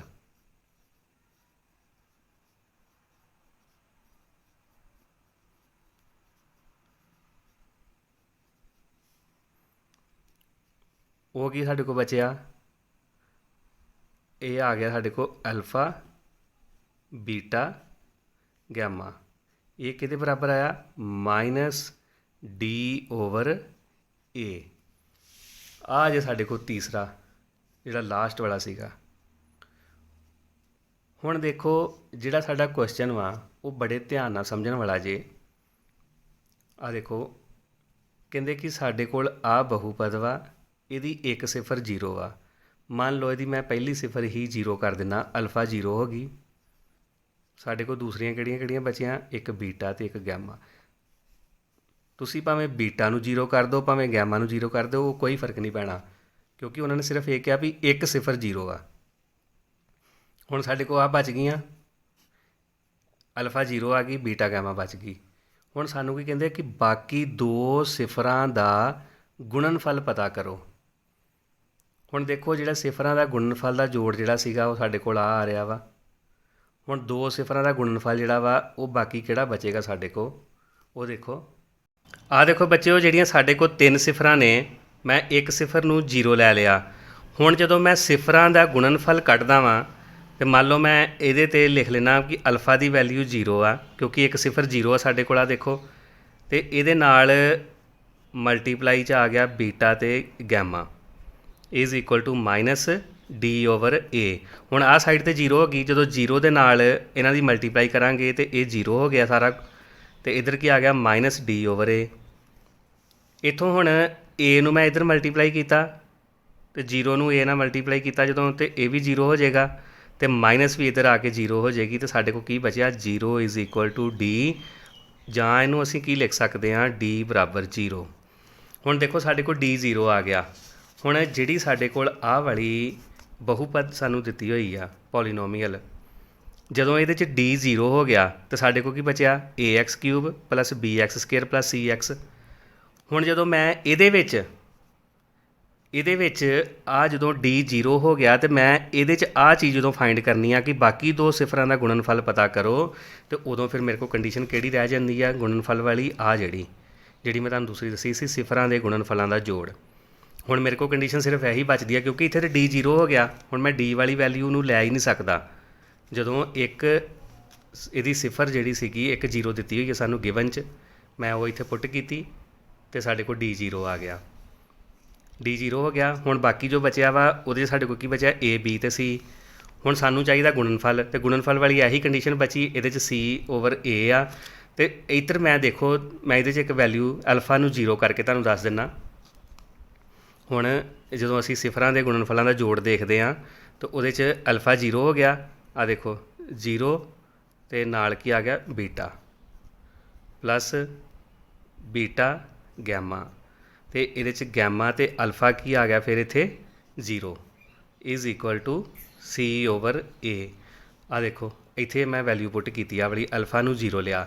ਤੁਸੀਂ ਚਾਹੇ ਬੀਟਾ 0 ਕਰ ਲਓ ਇੱਥੇ ਜਾਂ ਗੈਮਾ 0 ਕਰ ਲਓ, ਆਨਸਰ ਸੇਮ ਹੀ ਰਹੇਗਾ, ਕਿਉਂਕਿ ਉਹਨਾਂ ਨੇ ਸਾਨੂੰ ਕੀ ਪੁੱਛਿਆ ਸੀ ਉੱਪਰ, ਧਿਆਨ ਨਾਲ ਦੇਖਿਓ, ਬਾਕੀ 2 ਸਿਫਰਾਂ ਦਾ ਗੁਣਨਫਲ ਪਤਾ ਕਰੋ। ਹੁਣ ਦੇਖੋ ਆ ਵੀ 0 ਹੋ ਗਿਆ ਇੱਥੇ ਤੇ ਆ ਵੀ 0 ਹੋ ਗਿਆ, ਸਾਡੇ ਕੋਲ ਕੀ ਬਚਿਆ ਇਕੱਲਾ। ਮੈਂ ਇੱਥੇ ਤੁਹਾਨੂੰ ਲਿਖ ਕੇ ਦੱਸਣਾ 0 plus beta gamma plus 0 is equal to C over A. ਹੁਣ ਇਹਦੇ 'ਚੋਂ ਆਹ ਦੋਨੋਂ 0 ਹੋ ਗਏ ਤੇ ਬਾਕੀ ਕੀ ਬਚਿਆ, ਬੀਟਾ ਤੇ gamma is equal to C over A. ਯਾਨੀ ਕਿ ਬਾਕੀ ਦੋ ਸਿਫਰਾਂ ਦਾ ਜਿਹੜਾ ਗੁਣਨਫਲ ਵਾ ਉਹ ਸਾਡੇ ਕੋਲ ਕੀ ਆ ਗਿਆ, ਸੀ ਓਵਰ ਏ। ਤਾਂ ਅਸੀਂ ਦੇਖੀਏ ਇਹਨਾਂ ਦੀ ਆਪਸ਼ਨਸ ਜਿਹੜੀਆਂ ਦਿੱਤੀਆਂ ਨੇ ਸਾਨੂੰ 4, ਉਹ 'ਚੋਂ ਮਾਈਨਸ ਸੀ ਓਵਰ ਏ, ਇੱਕ ਸੀ ਓਵਰ ਏ, ਇੱਕ 0 ਤੇ ਇੱਕ ਮਾਈਨਸ ਬੀ ਓਵਰ ਏ। ਲੇਕਿਨ ਸਾਡੀ ਆ ਜਿਹੜੀ ਆਪਸ਼ਨ ਨੰਬਰ ਬੀ ਸਾਡਾ ਆਨਸਰ ਆ ਗਿਆ ਸੀ ਓਵਰ ਏ। ਇਹ ਸੀਗਾ ਬੱਚਿਓ ਕੁਐਸਚਨ ਨੰਬਰ 8। ਇਹਨੂੰ ਬੜੇ ਧਿਆਨ ਨਾਲ ਦੇਖਿਓ, ਬਿਲਕੁਲ ਆਸਾਨ ਜੀ ਗੱਲ ਜੇ। ਅਤੇ ਇਸ ਤੋਂ ਬਾਅਦ ਦੇਖਦੇ ਹਾਂ ਅਸੀਂ ਅਗਲਾ ਕੁਐਸਚਨ। ਆ ਦੇਖੋ ਬੱਚਿਓ, ਵਰਕਸ਼ੀਟ ਦੇ ਉੱਪਰ ਤੁਸੀਂ ਇੱਥੇ ਜਿਹੜਾ ਤੁਹਾਡੀ ਆਪਸ਼ਨ ਬੀ ਹੈ ਇਹਦੇ ਉੱਪਰ ਟਿਕ ਲਗਾ ਲਿਓ। ਹੁਣ ਅਗਲਾ ਕੁਐਸਚਨ ਦੇਖੋ, 9ਵਾਂ ਕੁਐਸਚਨ ਕੀ ਆ, ਹੇਠ ਲਿਖੀਆਂ ਸਮੀਕਰਨਾਂ ਵਿੱਚੋਂ ਕਿਹੜੀ ਐਕਸ ਧੁਰੇ ਦੇ ਸਮਾਂਤਰ ਰੇਖਾ ਨੂੰ ਦਰਸਾਉਂਦੀ ਹੈ। Which of the following equations represents a line parallel to X axis. ਹੁਣ ਇਹਦੇ 'ਚ ਦੇਖੋ ਸਾਨੂੰ ਇੱਕ ਦਿੱਤਾ ਆ ਐਕਸ ਇਕੁਅਲ ਟੂ ਵਾਈ, ਇੱਕ ਸਾਨੂੰ 2x + 3 = 7, y = 4 ਅਤੇ x = 3। ਹੁਣ ਅਸੀਂ ਇਹ ਦੇਖਣਾ ਵਾ ਕਿ ਇਹਨਾਂ ਵਿੱਚੋਂ ਕਿਹੜਾ ਗ੍ਰਾਫ ਬਣਾਈਏ ਕਿ ਉਹ ਜਿਹੜਾ ਐਕਸ ਧੁਰੇ ਦੇ ਬਿਲਕੁਲ ਸਮਾਂਤਰ ਰੇਖਾ ਬਣੇ। ਮੈਂ ਤੁਹਾਨੂੰ ਇਹਦੇ ਨਾਲ ਦੇ ਕੁਐਸਚਨ ਪਹਿਲਾਂ ਵੀ ਕਰਾਏ ਹੋਏ ਆ। ਮੈਂ ਤੁਹਾਨੂੰ ਬੱਚਿਓ ਗ੍ਰਾਫ ਕਾਪੀ ਦੇ ਉੱਪਰ ਦੱਸਦਾ ਵਾਂ ਵੀ ਕਿਹੜੀ ਇਕੁਏਸ਼ਨ ਦੇ ਨਾਲ ਬਿਲਕੁਲ ਐਕਸ ਦੇ ਪੈਰਲਲ ਯਾਨੀ ਕਿ ਐਕਸ ਧੁਰੇ ਦੇ ਸਮਾਂਤਰ ਜਿਹੜੀ ਆ ਉਹ ਰੇਖਾ ਬਣੇਗੀ। ਚਲੋ ਦੇਖਦੇ ਹਾਂ ਗ੍ਰਾਫ ਦੇ ਉੱਪਰ। ਆਹ ਦੇਖੋ ਬੱਚਿਓ, ਹੁਣ ਸਾਡੇ ਕੋਲ ਆਹ ਵਾਲੀਆਂ 4 ਇਕੁਏਸ਼ਨਸ ਨੇ। ਹੁਣ ਜਦੋਂ ਮੈਂ ਇਹਦੇ ਵਿੱਚ y ਦੀ ਵੈਲਿਊ 0 ਲਵਾਂਗਾ ਤੇ x ਵੀ 0 ਆਏਗੀ, ਜੇ y 1 ਲਵਾਂਗਾ ਤੇ x ਵੀ 1। ਅਤੇ ਜਿਹੜਾ ਉਹਦਾ ਗ੍ਰਾਫ ਵਾ ਉਹ ਜਿਹੜਾ ਗ੍ਰਾਫ ਆ ਦੇਖੋ ਇੱਥੇ ਕਿਸ ਤਰ੍ਹਾਂ ਦਾ ਬਣੇਗਾ। ਆਹ ਦੇਖੋ, ਜੇ ਦੋਨੋਂ 0 ਨੇ, ਜੇ 1 1 ਵਾ ਤੇ ਇੱਥੇ ਆ ਜਾਣਗੇ, ਜੇ ਦੋਨੋਂ 2 2 ਆ ਤੇ ਇੱਥੇ ਆ ਜਾਣਗੇ। ਅਤੇ ਜਦੋਂ ਗ੍ਰਾਫ ਬਣੇਗਾ ਤਾਂ ਉਹਦੀ ਲਾਈਨ ਇੱਧਰ ਨੂੰ ਚੱਲ ਜਾਏਗੀ ਤਿਰਛੀ। ਇਹ ਗ੍ਰਾਫ ਇਸ ਤਰ੍ਹਾਂ ਦਾ ਬਣੇਗਾ ਪਹਿਲੀ ਦਾ। ਆ ਜਿਹੜਾ ਬੱਚਾ ਦੂਸਰਾ ਵਾ ਇਹਦੇ 'ਚੋਂ ਵੀ ਇਕੱਲੇ ਐਕਸ ਦੀ ਵੈਲਿਊ ਆਉਣੀ ਆ, ਕਿਉਂਕਿ ਜਦੋਂ ਮੈਂ ਇਹਨੂੰ 3 ਨੂੰ ਇੱਧਰ ਜਾ ਕੇ ਸੋਲਵ ਕਰਾਂਗਾ, ਦੇਖੋ ਮੈਂ ਤੁਹਾਨੂੰ ਕਰਕੇ ਦੱਸ ਦਿੰਦਾ। ਇੱਥੇ ਇਹ ਬਣ ਜਾਏਗਾ ਸਾਡੇ ਕੋਲ 2x = 7 - 3। ਇਹ ਪਲੱਸ ਦਾ 3 ਇੱਧਰ ਜਾ ਕੇ ਮਾਈਨਸ ਹੋ ਜਾਏਗਾ। ਇਹ ਆ ਜਾਏਗਾ 2x = 4 ਅਤੇ x ਦੀ ਵੈਲਿਊ ਕਿੰਨੀ ਆ ਜਾਏਗੀ 4/2, ਯਾਨੀ ਕਿ x = 2। ਹੁਣ ਇਹ x = 2 ਆ ਗਿਆ ਅਤੇ ਇੱਕ ਸਾਡੇ ਕੋਲ x = 3 ਪਹਿਲਾਂ ਹੀ ਹੈਗਾ। ਹੁਣ ਜਿਹੜੀਆਂ x ਦੀਆਂ ਵੈਲਿਊਜ਼ ਨੇ ਉਹ ਦੇਖੋ, ਜਦੋਂ ਮੈਂ x ਨੂੰ ਇੱਥੇ 3 ਲੈਣਾ ਵਾ ਜਾਂ 2 ਲੈਣਾ ਅਤੇ ਇੱਥੇ x ਦੀ ਵੈਲਿਊ 3 ਅਤੇ y ਸਾਡੇ ਕੋਲ 0 ਹੀ ਆ। ਅਤੇ ਇਹ ਜਿਹੜੀ ਵੈਲਿਊ ਸਿਰਫ ਇੱਧਰ ਨੂੰ ਹੀ ਰਹੇਗੀ ਬਿਲਕੁਲ ਸਿੱਧੀ। ਅਤੇ ਜਿਹੜੀ ਇਕੱਲਾ x ਹੁੰਦਾ ਜੇ ਉਹ ਹਮੇਸ਼ਾ y ਦੇ ਪੈਰਲਲ ਚੱਲਦਾ ਜੇ। ਅਤੇ ਜਿਹੜੀ ਦੂਸਰੀ ਵੈਲਿਊ ਸਾਡੇ ਕੋਲ ਬਚਦੀ ਆ ਇੱਕੋ ਇੱਕ, ਉਹ y = 4 ਵਾ। ਜਦੋਂ y ਦੀ ਵੈਲਿਊ ਮੈਂ 4 ਇੱਥੇ ਲਵਾਂਗਾ ਅਤੇ ਇਹਦਾ ਗ੍ਰਾਫ ਜਿਹੜਾ ਵਾ ਉਹ ਇਸ ਤਰ੍ਹਾਂ ਚੱਲਣਾ ਜੇ ਇੱਧਰ ਨੂੰ, ਕਿਉਂਕਿ y ਦੀ ਵੈਲਿਊ ਹਮੇਸ਼ਾ 4 ਰਹੇਗੀ। x 0 ਹੋ ਜਾਏਗਾ, x 1 ਹੋ ਜਾਏਗਾ, x 2 ਹੋ ਜਾਏਗਾ। ਇਹਨਾਂ ਦੀਆਂ ਵੈਲਿਊ ਬਦਲਣਗੀਆਂ ਲੇਕਿਨ y ਦੀ ਵੈਲਿਊ ਚੇਂਜ ਨਹੀਂ ਜੇ ਹੋਣੀ, ਇਹ ਸਿਰਫ ਇੱਧਰ ਰਹੇਗੀ। ਅਤੇ ਇਸ ਕਰਕੇ ਇਹਦਾ ਜਿਹੜਾ ਗ੍ਰਾਫ ਵਾ ਉਹ x ਐਕਸਿਸ ਦੇ ਬਿਲਕੁਲ ਆ ਦੇਖੋ ਪੈਰਲਲ ਆ ਰਿਹਾ ਜੇ। ਅਤੇ ਇਹ ਕਿਹੜੀ ਇਹਦੀ ਆਨਸਰ ਕਿਹੜੀ ਇਕੁਏਸ਼ਨ ਆਏਗੀ, y = 4। ਅਤੇ ਇਹਦਾ ਆਨਸਰ ਜੇ ਬੱਚਿਓ 9ਵੇਂ ਕੁਐਸਚਨ ਦਾ ਜਿਹੜਾ ਆ ਦੇਖੋ 9th ਕੁਐਸਚਨ, ਇਹਦਾ ਆਨਸਰ C ਆਪਸ਼ਨ ਜੇ y = 4। ਇਹ ਸੀਗਾ ਸਾਡਾ ਕੁਐਸਚਨ ਨੰਬਰ 9। ਚਲੋ ਦੇਖਦੇ ਹਾਂ ਨੈਕਸਟ ਕੁਐਸਚਨ। ਆਹ ਦੇਖੋ ਬੱਚਿਓ, ਜਿਹੜਾ 10ਵਾਂ ਕੁਐਸਚਨ ਵਾ ਕਿ ਜੇਕਰ ਸਮੀਕਰਨਾਂ ਆਹ ਦੋ ਸਮੀਕਰਨਾਂ ਦਿੱਤੀਆਂ ਨੇ 4x = 5y = 2 ਅਤੇ 12x = p + 16 ਅਤੇ ਬਰੈਕਟ ਦੇ ਬਾਹਰ y ਜੇ = 6 ਦੇ ਜੋੜੇ ਦੇ ਅਨੰਤ ਹੱਲ ਹਨ ਤਾਂ p ਦਾ ਮੁੱਲ ਹੈ। If the pair of equations this and this has infinitely many solutions then the value of p is। ਹੁਣ ਬੱਚੋ ਇਹ 'ਚ ਅਸੀਂ p ਦੀ ਵੈਲਿਊ ਫਾਈਂਡ ਕਰਨੀ ਆ। ਕੰਡੀਸ਼ਨ ਕੀ ਦਿੱਤੀ ਹੋਈ ਆ ਕਿ ਜਦੋਂ ਇਹਨਾਂ ਦੋਨਾਂ ਸਮੀਕਰਨਾਂ ਦੇ ਜੋੜਿਆਂ ਦੇ ਹੱਲ ਜਿਹੜੇ ਨੇ ਇਨਫਾਈਨਾਈਟ ਮੈਨੀ ਸੋਲੂਸ਼ਨ ਜਾਂ ਅਨੰਤ ਹੱਲ ਨੇ। ਹੁਣ ਸਾਨੂੰ ਪਤਾ ਵਾ ਕਿ ਅਨੰਤ ਹੱਲ ਦੀ ਕੰਡੀਸ਼ਨ ਜਿਹੜੀ ਕਿਹੜੀ ਹੁੰਦੀ ਆ। ਚਲੋ ਮੈਂ ਤੁਹਾਨੂੰ ਕਾਪੀ 'ਤੇ ਦੱਸਦਾ ਇਹਦਾ ਸੋਲੂਸ਼ਨ। ਆਹ ਦੇਖੋ ਬੱਚਿਓ, 10ਵੇਂ ਕੁਐਸਚਨ ਦੇ ਵਿੱਚ ਸਾਡੇ ਕੋਲ ਆਹ ਵਾਲੀਆਂ ਦੋ ਸਮੀਕਰਨਾਂ ਨੇ। ਸਭ ਤੋਂ ਪਹਿਲਾਂ ਤਾਂ ਅਸੀਂ ਸਮੀਕਰਨਾਂ ਨੂੰ ਅਸੀਂ ਸਟੈਂਡਰਡ ਫਾਰਮ ਜਿਸ ਤਰ੍ਹਾਂ ਲਿਖਦੇ ਹਾਂ ਉਸ ਤਰ੍ਹਾਂ ਲਿਖਾਂਗੇ। ਇੱਧਰ ਆ ਕੇ ਪਲੱਸ ਦਾ 2 ਮਾਈਨਸ ਦਾ ਹੋ ਜਾਏਗਾ = 0। ਅਤੇ ਦੂਸਰੀ ਜਿਹੜੀ ਇਕੁਏਸ਼ਨ ਵਾ ਉਹ ਕਿਸ ਤਰ੍ਹਾਂ ਆ ਜਾਏਗੀ, p + 16y - 6 = 0। ਹੁਣ ਦੇਖੋ ਬੱਚਿਓ, ਸਾਨੂੰ ਇਹਦੇ 'ਚ ਕੰਡੀਸ਼ਨ ਕੀ ਦਿੱਤੀ ਗਈ ਆ ਵੀ ਇਹਨਾਂ ਦੇ ਇਨਫਾਈਨਾਈਟ ਮੈਨੀ ਸੋਲੂਸ਼ਨ ਨੇ, ਯਾਨੀ ਕਿ ਅਨੰਤ ਹੱਲ ਨੇ। ਔਰ ਅਨੰਤ ਹੱਲ ਦੀ ਕੰਡੀਸ਼ਨ ਕਿਹੜੀ ਹੁੰਦੀ ਜੇ, ਜਿਹੜੇ a1/a2 = b1/b2 = C1 / C2 ਇਹ ਤਿੰਨੇ ਬਰਾਬਰ ਹੁੰਦੇ ਨੇ। ਹੁਣ ਅਸੀਂ ਆਹ ਜਿਹੜੀਆਂ ਸਮੀਕਰਨਾਂ ਨੇ ਇਹਨਾਂ ਵਿੱਚੋਂ A1 ਤੇ A2 ਤੇ B1 B2 ਸਾਰੀਆਂ ਵੈਲਿਊਜ਼ ਕੱਢ ਕੇ ਇਹਨਾਂ ਨੂੰ ਇਕੁਅਲਸ ਲਿਖ ਲਾਂਗੇ। ਹੁਣ ਆਹ ਦੇਖੋ ਪਹਿਲੀ ਸਮੀਕਰਨ ਵਿੱਚੋਂ ਇਹਨੂੰ ਕੰਪੇਅਰ ਕਰਨ ਦਾ ਤੁਹਾਨੂੰ ਪਤਾ ਹੀ ਆ ਜਿਹੜਾ ਇਹਦੇ 'ਚ ਆਹ ਵਾਲੀ ਵੈਲਿਊ A1 ਵਾ, ਇਹ ਵਾਲੀ B1 ਤੇ ਆਹ ਵੈਲਿਊ C1। ਇੱਧਰੋਂ ਦੂਸਰੀ ਵਿੱਚੋਂ ਇਹ A2 ਹੋ ਜਾਣੀ ਕਿਉਂਕਿ ਦੂਸਰੀ ਇਕੁਏਸ਼ਨ ਵਾ, ਆਹ ਪੂਰੀ ਵੈਲਿਊ ਹੋ ਜਾਣੀ B2 ਤੇ ਇਹ ਵੈਲਿਊ ਹੋ ਜਾਣੀ ਆ C2 ਦੀ। ਯਾਨੀ ਕਿ ਇਹ ਜਿਹੜੇ ਵਿਦ ਸਾਈਨ ਆਉਣਗੇ। ਹੁਣ A1 ਦੀ ਵੈਲਿਊ ਕਿੰਨੀ ਆ 4, ਮੈਂ ਇੱਥੇ ਨਾਲ ਨਾਲ ਲਿਖ ਦਿੰਦਾ 4 ਤੇ A2 ਕਿੰਨਾ ਵਾ 12। ਇਸੇ ਤਰ੍ਹਾਂ B1 ਦੀ ਵੈਲਿਊ 5, ਇੱਧਰ B2 ਦੀ ਵੈਲਿਊ ਹੈਗੀ P+16। ਅਸੀਂ P ਦੀ ਵੈਲਿਊ ਕੱਢਣੀ ਹੈ, ਧਿਆਨ ਰੱਖਿਓ। ਹੁਣ ਤੁਸੀਂ ਦੂਸਰੇ ਭਾਵੇਂ ਇਹਨੂੰ C1 / C2 ਲਿਖੋ ਜਾਂ ਨਾ ਲਿਖੋ, ਉਹ ਕੋਈ ਫਰਕ ਨਹੀਂ ਪੈਂਦਾ। ਜੇ ਲਿਖਣਾ ਵੀ ਆ ਤਾਂ ਤੁਸੀਂ ਇੱਥੇ ਲਿਖ ਸਕਦੇ ਹੋ -2 / -6। ਹੁਣ ਦੇਖੋ ਅਸੀਂ P ਦੀ ਵੈਲਿਊ ਫਾਈਂਡ ਕਰਨੀ ਆ। ਅਸੀਂ ਆਹ ਪਹਿਲਾਂ ਦੋਵਾਂ ਨੂੰ ਸੋਲਵ ਕਰ ਲੈਂਦੇ ਹਾਂ। ਤੁਸੀਂ ਭਾਵੇਂ ਆਹ ਵਾਲੇ ਨੂੰ ਤੇ ਇਹਨਾਂ ਨੂੰ ਵੀ ਸੋਲਵ ਕਰੋਗੇ ਤਾਂ ਵੀ ਆਨਸਰ ਉਹੀ ਆਏਗਾ, ਤੇ ਇਹਨਾਂ ਦੋਨਾਂ ਨੂੰ ਸੋਲਵ ਕਰੋਗੇ ਤੇ ਤਾਂ ਵੀ ਉਹੀ ਆਏਗਾ। ਅਸੀਂ ਪਹਿਲੇ ਦੋਵੇਂ ਲੈ ਲੈਂਦੇ ਹਾਂ, ਇਹਨਾਂ ਨੂੰ ਸੋਲਵ ਕਰਦੇ ਹਾਂ ਪਹਿਲਾਂ। ਆਹ ਦੇਖੋ ਕ੍ਰਾਸ ਮਲਟੀਪਲਾਈ ਹੋ ਜਾਏਗੀ, ਇੱਥੇ ਕੀ ਆ ਜਾਏਗਾ 4, ਇੱਧਰ P+16, ਇੱਧਰ ਕ੍ਰਾਸ ਮਲਟੀਪਲਾਈ ਹੋ ਗਈ ਤੇ 12 ਨੂੰ 5 ਨਾਲ ਕਰਾਂਗੇ ਤੇ 12 5 60। ਹੁਣ ਆਹ ਦੇਖੋ ਆਹ 4 ਜਿਹੜਾ ਵਾ ਇੱਧਰ ਆ ਕੇ ਇਹਨੂੰ ਡਿਵਾਈਡ ਕਰੇਗਾ। P+16 = 60/4। ਆਹ 4 ਕਿਉਂਕਿ ਬਾਹਰ ਸੀਗਾ, ਇਹਨੇ ਇੱਧਰ ਆ ਕੇ ਇਹਨੂੰ ਡਿਵਾਈਡ ਕਰ ਦੇਣਾ ਤੇ 15 ਚੌਕੇ 60, ਇੱਧਰ ਆ ਗਿਆ 15। ਹੁਣ ਆਹ ਦੇਖੋ ਇੱਧਰ ਮੈਂ ਲਿਖ ਦੇਣਾ ਤੁਹਾਨੂੰ ਇਹਦੇ ਨਾਲ ਹੀ ਅੱਗੇ। ਸਾਡੇ ਕੋਲ ਕੀ ਬਚਿਆ P+16 = 15, P = 15 ਤੇ ਪਲੱਸ ਦਾ 16 ਇੱਧਰ ਜਾ ਕੇ ਮਾਈਨਸ ਦਾ 16 ਹੋ ਗਿਆ ਤੇ P ਦੀ ਵੈਲਿਊ ਕਿੰਨੀ ਆ ਗਈ -1। ਸਾਡੇ ਕੋਲ ਕੀ ਆਨਸਰ ਆਇਆ P ਦੀ ਵੈਲਿਊ -1 ਆਨਸਰ ਆਇਆ ਜੀ। ਚਲੋ ਮੈਂ ਤੁਹਾਨੂੰ ਸ਼ੀਟ ਦਿਖਾਉਣਾ ਵਾ, ਸ਼ੀਟ ਦੇ ਉੱਪਰ ਇਹਦਾ ਆਨਸਰ ਅਸੀਂ ਟਿਕ ਕਰ ਲਾਂਗੇ। ਆਹ ਦੇਖੋ ਬੱਚਿਓ 10ਵੇਂ ਕੁਐਸਚਨ ਦੇ ਵਿੱਚ P ਉਹਨਾਂ ਦੀ P ਦੀ ਵੈਲਿਊ ਪੁੱਛੀ ਸੀ, -1 ਆਨਸਰ ਆਇਆ। B ਆਪਸ਼ਨ ਸਾਡਾ ਆਨਸਰ ਹੋਏਗਾ -1। ਇਹ ਸੀਗਾ ਬੱਚਿਓ ਕੁਐਸਚਨ ਨੰਬਰ 10। ਚਲੋ ਦੇਖਦੇ ਹਾਂ ਨੈਕਸਟ ਕੁਐਸਚਨ। 11ਵਾਂ ਕੁਐਸਚਨ ਕੀ ਆ, ਰੇਖੀ ਸਮੀਕਰਨਾਂ ਦੀ ਜੋੜੀ। ਆ ਦੇਖੋ ਲੀਨੀਅਰ ਇਕੁਏਸ਼ਨ ਇੱਕ ਆ ਦਿੱਤੀ ਹੋਈ ਆ ਤੇ ਇੱਕ ਆ ਦਿੱਤੀ ਆ। ਕਹਿੰਦੇ ਰੇਖੀ ਸਮੀਕਰਨਾਂ ਦੀ ਜੋੜੀ ਦਾ ਕੋਈ ਹੱਲ ਨਹੀਂ ਹੈ, ਇੱਕ ਹੱਲ ਹੈ, ਦੋ ਹੱਲ ਹਨ ਕਿ ਜਾਂ ਅਨੰਤ ਹੱਲ ਹਨ। The pair of linear equations this and this has no solution, one solution, two solutions, infinitely many solutions। ਹੁਣ ਅਸੀਂ ਇਹਨੂੰ ਸੋਲਵ ਕਰਕੇ ਦੇਖਾਂਗੇ। ਜਿਸ ਤਰ੍ਹਾਂ ਅਸੀਂ ਪਿਛਲਾ ਕੁਐਸਚਨ ਕੀਤਾ ਵਾ ਉਸੇ ਤਰ੍ਹਾਂ ਹੀ A1 / A2, B1 / B2 ਔਰ C1 / C2 ਦੀ ਵੈਲਿਊ ਕੱਢਾਂਗੇ। ਫਿਰ ਅਸੀਂ ਦੇਖਾਂਗੇ ਕਿ ਕੀ ਤਿੰਨੇ ਬਰਾਬਰ ਆਉਂਦੇ ਨੇ ਜਾਂ ਵੱਖਰੇ ਵੱਖਰੇ ਆਉਂਦੇ ਨੇ। ਫਿਰ ਉਹਦੇ ਨਾਲ ਅਸੀਂ ਆਹ ਰਿਜ਼ਲਟ ਦੱਸਾਂਗੇ ਵੀ ਇਹਨਾਂ ਦੇ ਸੋਲੂਸ਼ਨ ਕਿੰਨੇ ਨੇ। ਚਲੋ ਦੇਖਦੇ ਹਾਂ ਸੋਲੂਸ਼ਨ ਇਹਦਾ। ਆਹ ਦੇਖੋ ਬੱਚਿਓ ਜਿਹੜਾ 11ਵਾਂ ਕੁਐਸਚਨ ਵਾ ਮੈਂ ਉਹਦੇ 'ਚ ਸਾਰਾ ਲਿਖ ਲਿਆ, ਦੋਨੋਂ ਇਹਦੀਆਂ ਇਕੁਏਸ਼ਨਸ ਲਿਖ ਲਈਆਂ ਨੇ। ਹੁਣ ਇੱਥੋਂ ਮੈਂ ਪਹਿਲਾਂ A1 ਦੀ ਵੈਲਿਊ ਕੱਢਾਂਗਾ। A1 ਕਿੰਨਾ ਇਹਦੇ 'ਚ 3। ਆਹ ਦੇਖੋ A2 ਸੌਰੀ ਇਹਦੇ 'ਚ ਅੱਗੇ ਆ ਗਿਆ ਪਹਿਲਾਂ B1। ਆਹ ਲਿਖ ਲਈਏ ਪਹਿਲੀ ਇਕੁਏਸ਼ਨ ਦਾ B1 4 ਤੇ ਇਹਦੇ 'ਚ C1 ਕਿੰਨਾ ਵਾ 15 ਕਿਉਂਕਿ ਇਹ ਪਲੱਸ ਦਾ ਵਾ ਤੇ ਇਸ ਕਰਕੇ ਪਲੱਸ ਸਾਈਨ। ਹੁਣ ਦੂਸਰੀ ਜਿਹੜੀ ਆ ਉਹਦੇ 'ਚ ਦੇਖ ਲਈਏ, ਇਹ ਦੂਸਰੀ ਇਕੁਏਸ਼ਨ ਨੂੰ ਅਸੀਂ ਬੇਸ ਦਾ 2 ਲਿਖ ਲੈਣਾ ਕਿਉਂਕਿ ਇਕੁਏਸ਼ਨ ਨੰਬਰ 2 ਆ। A2 9 B2 12 ਤੇ ਇਹਦੇ 'ਚ C2 ਦੀ ਵੈਲਿਊ ਜਿਹੜੀ ਜੇ -75 ਆ, ਇਹਦਾ ਸਾਈਨ ਨਾਲ ਲੈਣਾ। ਹੁਣ ਅਸੀਂ ਕੰਪੇਅਰ ਕਰਾਂਗੇ। ਪਹਿਲਾਂ ਅਸੀਂ ਕੱਢੀਏ A1 / A2। A1 3 ਤੇ A2 9, ਕਟਿੰਗ ਹੋ ਗਈ 3 - 3 3 3 9 1/3। ਉਸ ਤੋਂ ਬਾਅਦ ਆ ਗਈ ਸਾਡੇ ਕੋਲ ਵੈਲਿਊ ਕੱਢਾਂਗੇ ਅਸੀਂ B1 / B2 ਦੀ। B1 ਕਿੰਨਾ ਵਾ 4, ਆ ਦੇਖੋ ਇੱਥੋਂ, ਤੇ B2 ਹੈਗਾ 12। 4 1 4 4 3 12 1/3।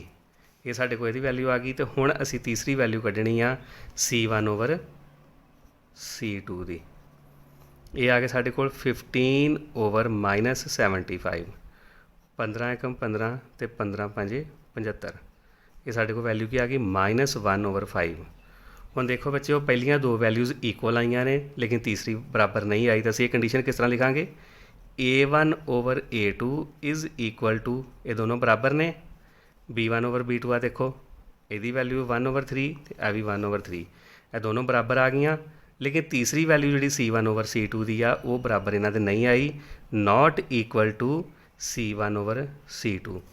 हुण देखो बच्चों आह वाली जो कंडीशन हुंदी आ कि पहलियां दो बराबर होण ते तीसरी बराबर ना होवे ते उदों लाइनस की हुंदियां ने पैरलल, लाइनस आर पैरलल या समांतर।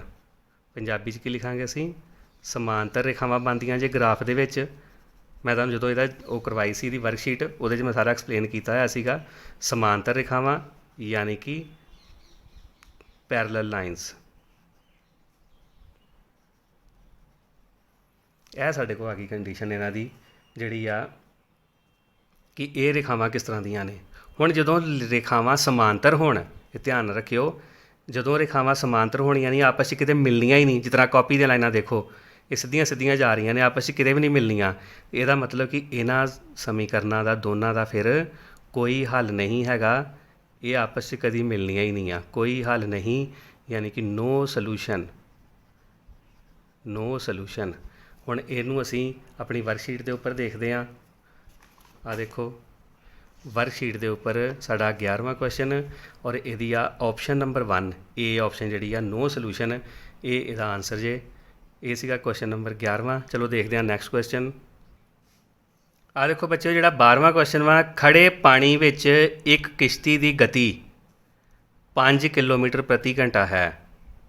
ਪਾਣੀ ਖੜਾ ਵਾ, ਉਹਦੇ ਵਿੱਚ ਕਿਸ਼ਤੀ ਦੀ ਸਪੀਡ ਕਿੰਨੀ ਆ? 5 ਕਿਲੋਮੀਟਰ ਪ੍ਰਤੀ ਘੰਟਾ। ਇਹ 2 ਘੰਟੇ ਵਿੱਚ 15 ਕਿਲੋਮੀਟਰ ਪਾਣੀ ਦੇ ਵਹਾਅ ਦੀ ਦਿਸ਼ਾ ਵਿੱਚ ਜਾਂਦੀ ਹੈ। ਯਾਨੀ ਕਿ ਕਿਸ਼ਤੀ ਦੀ ਆਪਣੀ ਸਪੀਡ ਕਿੰਨੀ ਸੀ ਖੜੇ ਪਾਣੀ 'ਚ? 5 ਕਿਲੋਮੀਟਰ। ਇਹ 2 ਘੰਟੇ ਵਿੱਚ 15 ਕਿਲੋਮੀਟਰ ਪਾਣੀ ਦੇ ਵਹਾਅ ਦੀ ਦਿਸ਼ਾ ਵਿੱਚ ਜਾਂਦੀ ਹੈ। ਪਾਣੀ ਦੇ ਵਹਾਅ ਦੀ ਗਤੀ ਕੀ ਹੈ? The speed of a boat in still water is 5 km/h. It goes 15 km downstream in 2 hours. What is the speed of the stream? ਹੁਣ ਦੇਖੋ ਇਹ 'ਚ ਸਾਨੂੰ ਆਪਸ਼ਨਸ ਦਿੱਤੀਆਂ ਹੋਈਆਂ ਨੇ।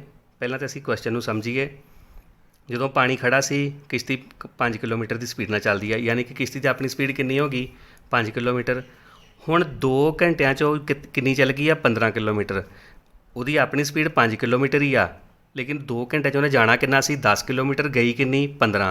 ਯਾਨੀ ਕਿ ਪਾਣੀ ਦਾ ਵਹਾਅ ਜਿਹੜਾ ਵਾ ਉਹ 5 ਕਿਲੋਮੀਟਰ ਕਿੰਨਾ ਚੱਲਿਆ? 2 ਘੰਟਿਆਂ 'ਚ। ਅਤੇ ਸੋਚ ਕੇ ਦੇਖੋ ਜੇ ਪਾਣੀ ਜਿਹੜਾ ਵਾ 2 ਘੰਟਿਆਂ 'ਚ 5 ਕਿਲੋਮੀਟਰ ਗਿਆ ਅਤੇ 1 ਘੰਟੇ 'ਚ ਕਿੰਨਾ ਜਾਏਗਾ? ਇਹਦਾ ਹਾਫ, 5 ਦਾ ਹਾਫ ਹੋ ਜਾਏਗਾ। ਅਤੇ ਕਿੰਨਾ ਆਨਸਰ ਆਏਗਾ? 5 ਦਾ ਹਾਫ 2.5 ਕਿਲੋਮੀਟਰ। ਅਤੇ ਆਹ ਦੇਖੋ ਇਹਦਾ ਜਿਹੜਾ ਆਪਸ਼ਨ ਏ ਆ ਉਹੀ ਇਹਦਾ ਆਨਸਰ ਆ। ਮੈਂ ਤੁਹਾਨੂੰ ਕਾਪੀ 'ਤੇ ਲਿਖ ਕੇ ਦੱਸ ਦਿੰਦਾ ਵੈਸੇ ਕੁਐਸਚਨ ਇਹ ਵਾਲਾ। ਆਹ ਦੇਖੋ ਬੱਚਿਓ ਇੱਥੇ ਸਭ ਤੋਂ ਪਹਿਲਾਂ ਕੀ ਲਿਖਾਂਗੇ ਕਿ ਖੜੇ ਪਾਣੀ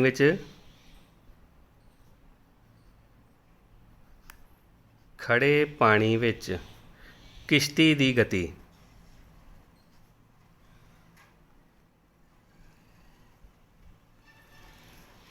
5 ਕਿਲੋਮੀਟਰ ਪ੍ਰਤੀ ਘੰਟਾ। ਹੁਣ ਇਹ ਉਹਦੀ ਖੜੇ ਪਾਣੀ ਦੇ ਵਿੱਚ ਜਿਹੜੀ ਗਤੀ ਆ, ਉਸ ਤੋਂ ਬਾਅਦ ਉਹਨੇ 2 ਘੰਟੇ 'ਚ ਕਿੰਨਾ ਸਫ਼ਰ ਤੈਅ ਕੀਤਾ? 2 ਘੰਟੇ ਵਿੱਚ ਪਾਣੀ ਦੇ ਵਹਾਅ ਦੀ ਦਿਸ਼ਾ ਵਿੱਚ, ਪਾਣੀ ਦੇ ਵਹਾਅ ਦੀ ਦਿਸ਼ਾ ਵਿੱਚ ਤੈਅ ਕੀਤੀ ਦੂਰੀ।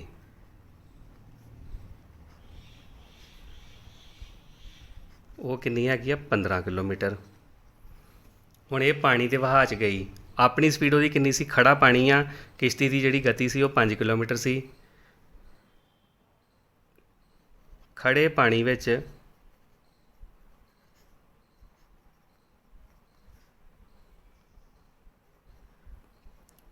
2 ਘੰਟੇ ਵਿੱਚ ਤੈਅ ਦੂਰੀ ਅਸੀਂ ਕੀ ਲਿਖ ਲਾਂਗੇ? 5 ਗੁਣਾ 2। ਇੱਥੇ ਫਾਰਮੂਲਾ ਕੀ ਆ ਜਾਏਗਾ?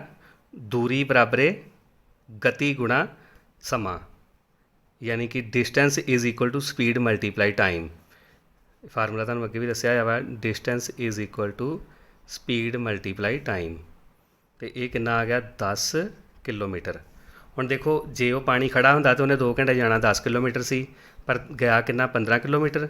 ਇਸ ਕਰਕੇ ਜਿਹੜੀ ਪਾਣੀ ਦੀ ਗਤੀ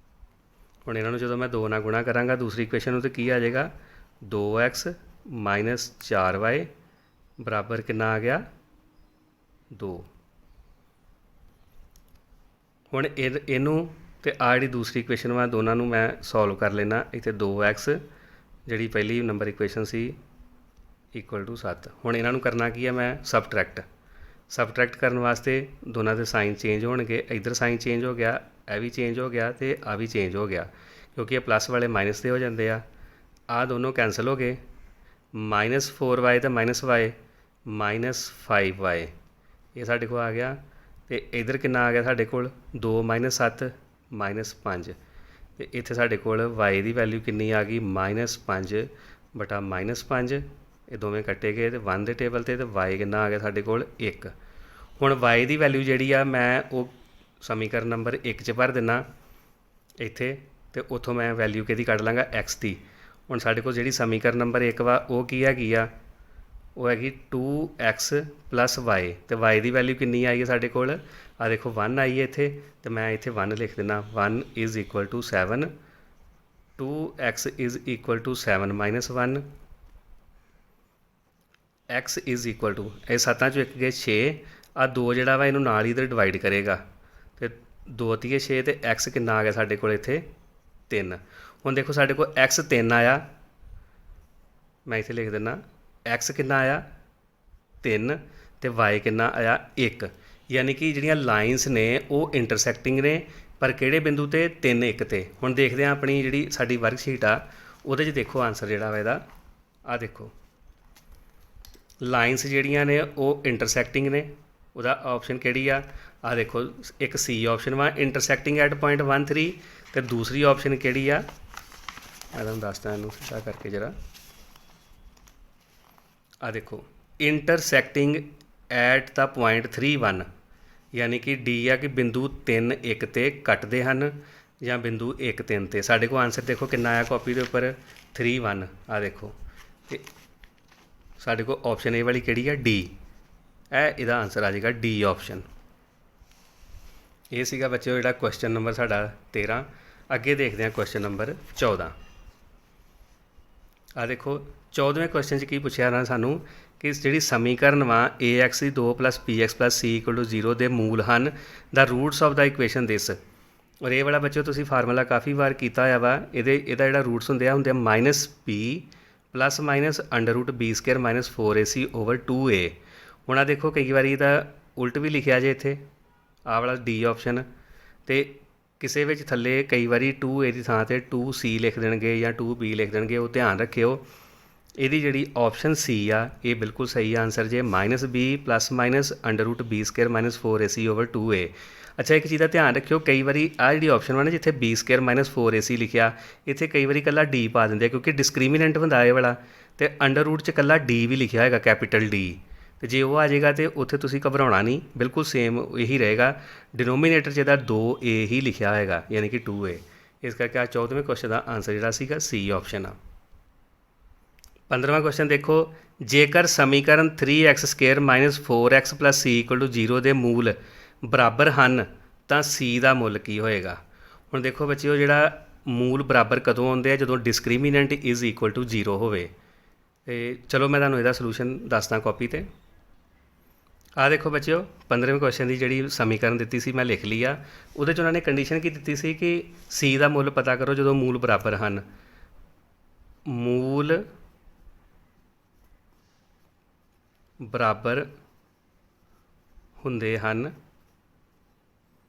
ਜਦੋਂ ਡਿਸਕ੍ਰੀਮੀਨੈਂਟ = 0 ਹੋਵੇ, ਯਾਨੀ ਕਿ D ਬਰਾਬਰ 0 ਹੋਏ ਤੇ ਅਸੀਂ D ਦੀ ਵੈਲਿਊ ਕੱਢਣੀ ਆ। ਤੇ D ਕਿਹਦੇ ਬਰਾਬਰ ਹੁੰਦਾ, D = b² - 4ac, ਯਾਨੀ ਕਿ ਆ ਬਰਾਬਰ 0 ਹੋਵੇ ਤੇ ਕੀ ਹੋਏਗਾ ਫਿਰ b² - 4ac ਦੀ ਵੈਲਿਊ ਕਿੰਨੀ ਹੋਏਗੀ, ਬਰਾਬਰ 0 ਹੋਏਗੀ।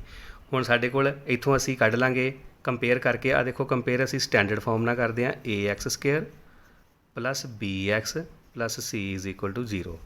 ਹੁਣ ਇਹਦੇ 'ਚੋਂ a ਦੀ ਵੈਲਿਊ ਕਿੰਨੀ ਆ 3, ਮੈਂ ਇੱਥੇ ਸਾਈਡ 'ਤੇ ਲਿਖ ਲੈਣਾ। ਇੱਧਰ a ਦੀ ਵੈਲਿਊ ਕਿੰਨੀ ਆ 3, b ਕਿੰਨਾ ਵਾ -4 ਤੇ c ਕਿੰਨਾ ਵਾ c। सी की वैल्यू सी दी हुई है तो यदी वैल्यू असी फाइंड करनी आ। मूल बराबर ने, डिस्क्रीमिनेंट 0 होएगा, इत्थे वैल्यू पुट की बी स्केयर दे विच वैल्यू पुट की बी दी ते -4 का स्केयर आ गया। आ -4 फार्मूले का, ए दी वैल्यू 3 आ ते सी बिल्कुल सी हैगा जे, इस तरह ही लिख दिता। हुण इहदा स्केयर किया -4 का तो कितना आ गया साढ़े को 16 -12 सी बराबर 0। हुण इहदे चों 16 इधर रहेगा तो 12 सी उधर जाके प्लस का हो जाएगा। इत्थे सीधा ही लिख लें असी 12 सी। हुण आ 12 इधर आके नूं डिवाइड करेगा 16/12 बराबर सी। हुण कटिंग कर दो 4 के टेबल नाल, 4 तीए 12 तो 4 चौके 16।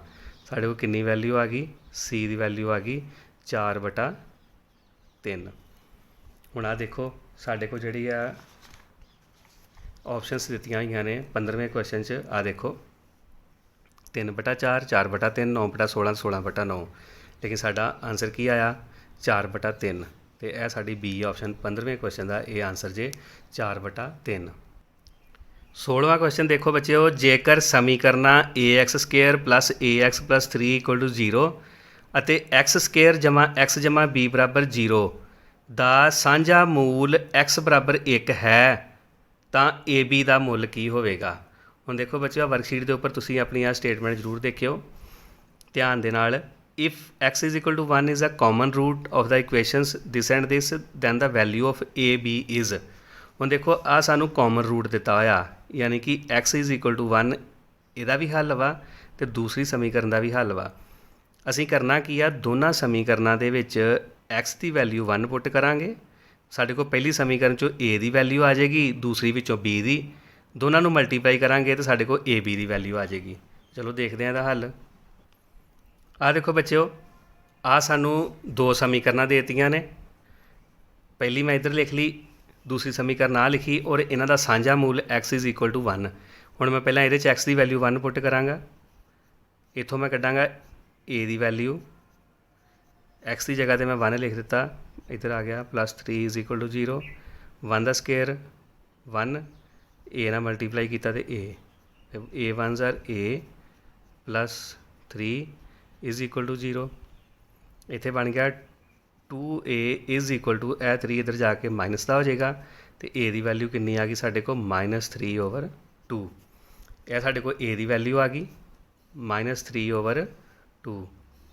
हुण असी दूसरे पासे क्योंकि साझा मूल है दोनों का, ये भी x की वैल्यू 1 पुट करांगे, 1 का स्केयर +1 + b = 0, 1 का स्केयर 1, 1 + 1 + b = 0। ये कितना आ गया 2 + b = 0 तो b की वैल्यू कितनी आ गई 2, उधर जाके माइनस का हो जाएगा -2। यह साढ़े को आ गई जिहड़ा सानू क्वेश्चन च हल किया वा किहदा किया ए बी का। ए बी का मतलब कि इन्हां दोनों की मल्टीप्लाई, तो ए की वैल्यू -3/2 मल्टीप्लाई b की वैल्यू -2, माइनस ना माइनस कैंसल हो जाएंगे तो 2 ना 2 कटिया गया, 2 × 2 तो ए बी साढ़े को किहदे बराबर आ गया ab = 3। तो यानी कि ए बी का आंसर कितना आया 3। हुण देखते हैं जिहड़ी साढ़े कोल वर्कशीट आ, वर्कशीट के उपर देखो आ देखो बच्चों वर्कशीट के उपर ए ऑप्शन A 3 दी हुई आ, एक 3.5, एक 6 तो एक -3। जिहड़ा साडा आंसर आया वो किहड़ी ऑप्शन पहली ए ऑप्शन 3। ये सीगा बच्चों क्वेश्चन नंबर साडा 16। अगे देखते हैं क्वेश्चन नंबर 17। समीकरण ax² + bx + c = 0 के मूल बराबर होणगे जेकर, कहते भी इन्हां दे मूल कदों बराबर होंदे आ इस समीकरण के। मैं तुहानूं पिछे भी हुणे क्वेश्चन एक करवाया पिछे जिस च मूल बराबर दिते सी 15वें क्वेश्चन च। उहदे च की दस्सिया सी जिहड़ा डिस्क्रिमिनेंट हुंदा किहदे बराबर हुंदा 0 दे। आ देखो b² - 4ac = 0। इहदा आंसर ऑप्शन नंबर सी, जिहड़ा सी ऑप्शन वा 17वें क्वेश्चन का ए दा आंसर जे।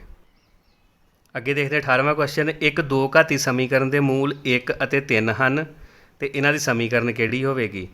ਇਹਦੇ ਨਾਲ ਦੇ क्वेश्चन बच्चों मैं ਤੁਹਾਨੂੰ ਪਹਿਲਾਂ भी कराया, जो दो मूल दिते होण तो ऑप्शन में समीकरण दित्तियां होण तो की करीदा वा एक मूल किसी एक समीकरण च भरो। बस एक ध्यान रखियो जिहड़ी समीकरण बिल्कुल प्लस वाली आ तो मूल भी प्लस दे ने उहदे च ना पुट करियो। जे मूल नैगेटिव दिते होण तो फिर प्लस वाली च भर के देखना वा, नहीं तो नहीं लोड़। ਇਹ दोनों प्लस दियां ने, मूल भी प्लस का वा, नहीं भरना ये क्योंकि ये 0 नहीं करेगा। ਹੁਣ ਆ ਮਾਈਨਸ ਵਾਲੀ ਆ, ਇਹਦੇ 'ਚ ਅਸੀਂ ਜਿਹੜੀ ਆ x ਦੀ ਵੈਲਿਊ 1 ਪੁੱਟ ਕਰਕੇ ਦੇਖੀਏ ਵੀ ਕੀ ਆ 0 ਹੁੰਦਾ। ਜੇ ਇਹ 0 ਹੋ ਗਈ ਤਾਂ ਇਹੀ ਸਮੀਕਰਨ ਇਹਦਾ ਆਨਸਰ ਹੋਏਗਾ ਜਿਹਦੇ ਆ ਦੋਨੋਂ ਮੂਲ ਨੇ। ਚਲੋ ਦੇਖਦੇ ਹਾਂ ਇਹਦਾ ਸੋਲੂਸ਼ਨ। ਆ ਦੇਖੋ ਬੱਚਿਓ, ਸਾਨੂੰ ਮੂਲ ਦਿੱਤੇ ਹੋਏ ਨੇ 1 ਅਤੇ 3। ਮੈਂ ਤੁਹਾਨੂੰ ਦੱਸਿਆ ਸੀ ਪਲੱਸ ਵਾਲੀ ਮੈਂ ਨਹੀਂ ਲੈਣੀ ਕਿਉਂਕਿ ਮੂਲ ਦੋਨੋਂ ਪੋਜ਼ਿਟਿਵ ਨੇ। ਇੱਕ ਜਿਹੜੇ ਵਿੱਚ ਮਾਈਨਸ ਆ ਸ਼ੁਰੂ 'ਚ ਮੈਂ ਉਹ ਲੈ ਲਈ ਸਮੀਕਰਨ। ਇਹ 'ਚ x ਦੀ ਵੈਲਿਊ 1 ਪੁੱਟ ਕਰਕੇ ਦੇਖਦੇ ਹਾਂ। 1 ਦਾ ਸਕੇਅਰ -4 × 1 + 3 = 0। इधर कितना आ गया 1 - 4 + 3 = 0। 3 + 1 4, 4 - 4 = 0। तो एक ही आ गया 0 = 0, यानी कि बिल्कुल सही आ। यही वो समीकरण जिहदे आ मूल ने। जो तुसीं इह 'च 3 पुट करोगे तो यह भी 0 आएगा। तो साडी आंसर जिहड़ी आ वो किहड़ी समीकरण जिहदे आ 2 मूल होणगे वो समीकरण आ जे।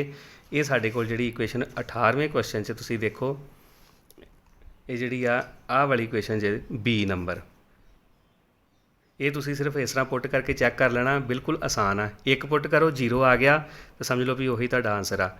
जे मैं तुहानूं बार बार एक गल दस्सण दिया, जे मूल प्लस दे आ तो प्लस वाली समीकरण च नहीं भरना, वो जिहड़ी माइनस वाली आ उहदे च भर के देखो पहला।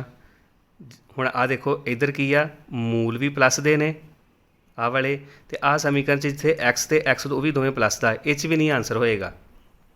तुसीं चैक करनी है जिथे एक्स दे नाल माइनस लगी हुई आ, ये चैक करो। जे मूल नैगेटिव ने तो फिर तुम पॉजिटिव वाली भी पुट करके देख सकते हो। चलो देखते हैं नैक्सट क्वेश्चन, क्वेश्चन नंबर 19वां। उहदे च की आ कि 2 घाती समीकरण दी हुई आ। हुण इहदे की पुछया कि 2 वखरे वखरे वास्तविक मूल ने, 2 बराबर मूल हैं, कोई भी वास्तविक मूल नहीं है, जां 2 तो वध मूल हैं। The quadratic equation this has 2 distinct real roots, 2 equal roots, no real roots, more than 2 roots. यह 4 सानू ऑप्शनस दित्तियां होईयां ने। चलो देखते हैं इसका सोल्यूशन। आ देखो बच्चों, जो 19वां क्वेश्चन वा सानू आ वाली जी 2 घाती समीकरण दित्ती आ। हुण सानू इहदे च कंडीशन की उन्होंने पुछी आ कि इहदे 2 जिहड़े ने वो वखरे ते वास्तविक मूल ने, जां 2 बराबर मूल ने, या कोई भी वास्तविक मूल नहीं है, जां 2 तो वध मूल ने। हुण जदों असीं मूल चैक करने सब तो पहलां असीं डिस्क्रिमिनेंट कढदे हां, तो असीं डिस्क्रिमिनेंट की वैल्यू कढांगे, यानी कि B² - 4AC दी। वो देखांगे कि किस तरह की आउंदी आ, 0 के बराबर आउंदी आ, 0 तो छोटी आउंदी आ कि 0 तो वड्डी आउंदी आ। चलो इस असीं वैल्यू पुट करते हैं। आ देखो हुण इत्थे साडे कोल A दी आ जिहड़ी वैल्यू आ वो 2 आ, B -5 तो C 1 वा। तो B की वैल्यू -5 - 5 का स्केयर -4, A हैगा जे 2, तो C की वैल्यू कितनी आ 1। हुण इहनूं सॉल्व करिए। इधर आ गया 25 - 4 दूनी 8 एकम 8, 25 - 8 कितना आ गया 17। 17 वैल्यू की है 0 तो वड्डी, 17 ग्रेटर दैन 0, यानी कि जिहड़ा असीं डिस्क्रिमिनेंट कढ़िया वा साडे को B² - 4AC आ गया ग्रेटर दैन 0। हुण जदों ये 0 तो वड्डा होवे ते उदों की हुंदा जे, उदों इहदी कंडीशन हुंदी आ कि इहदे 2 वखरे ते वास्तविक मूल हैं।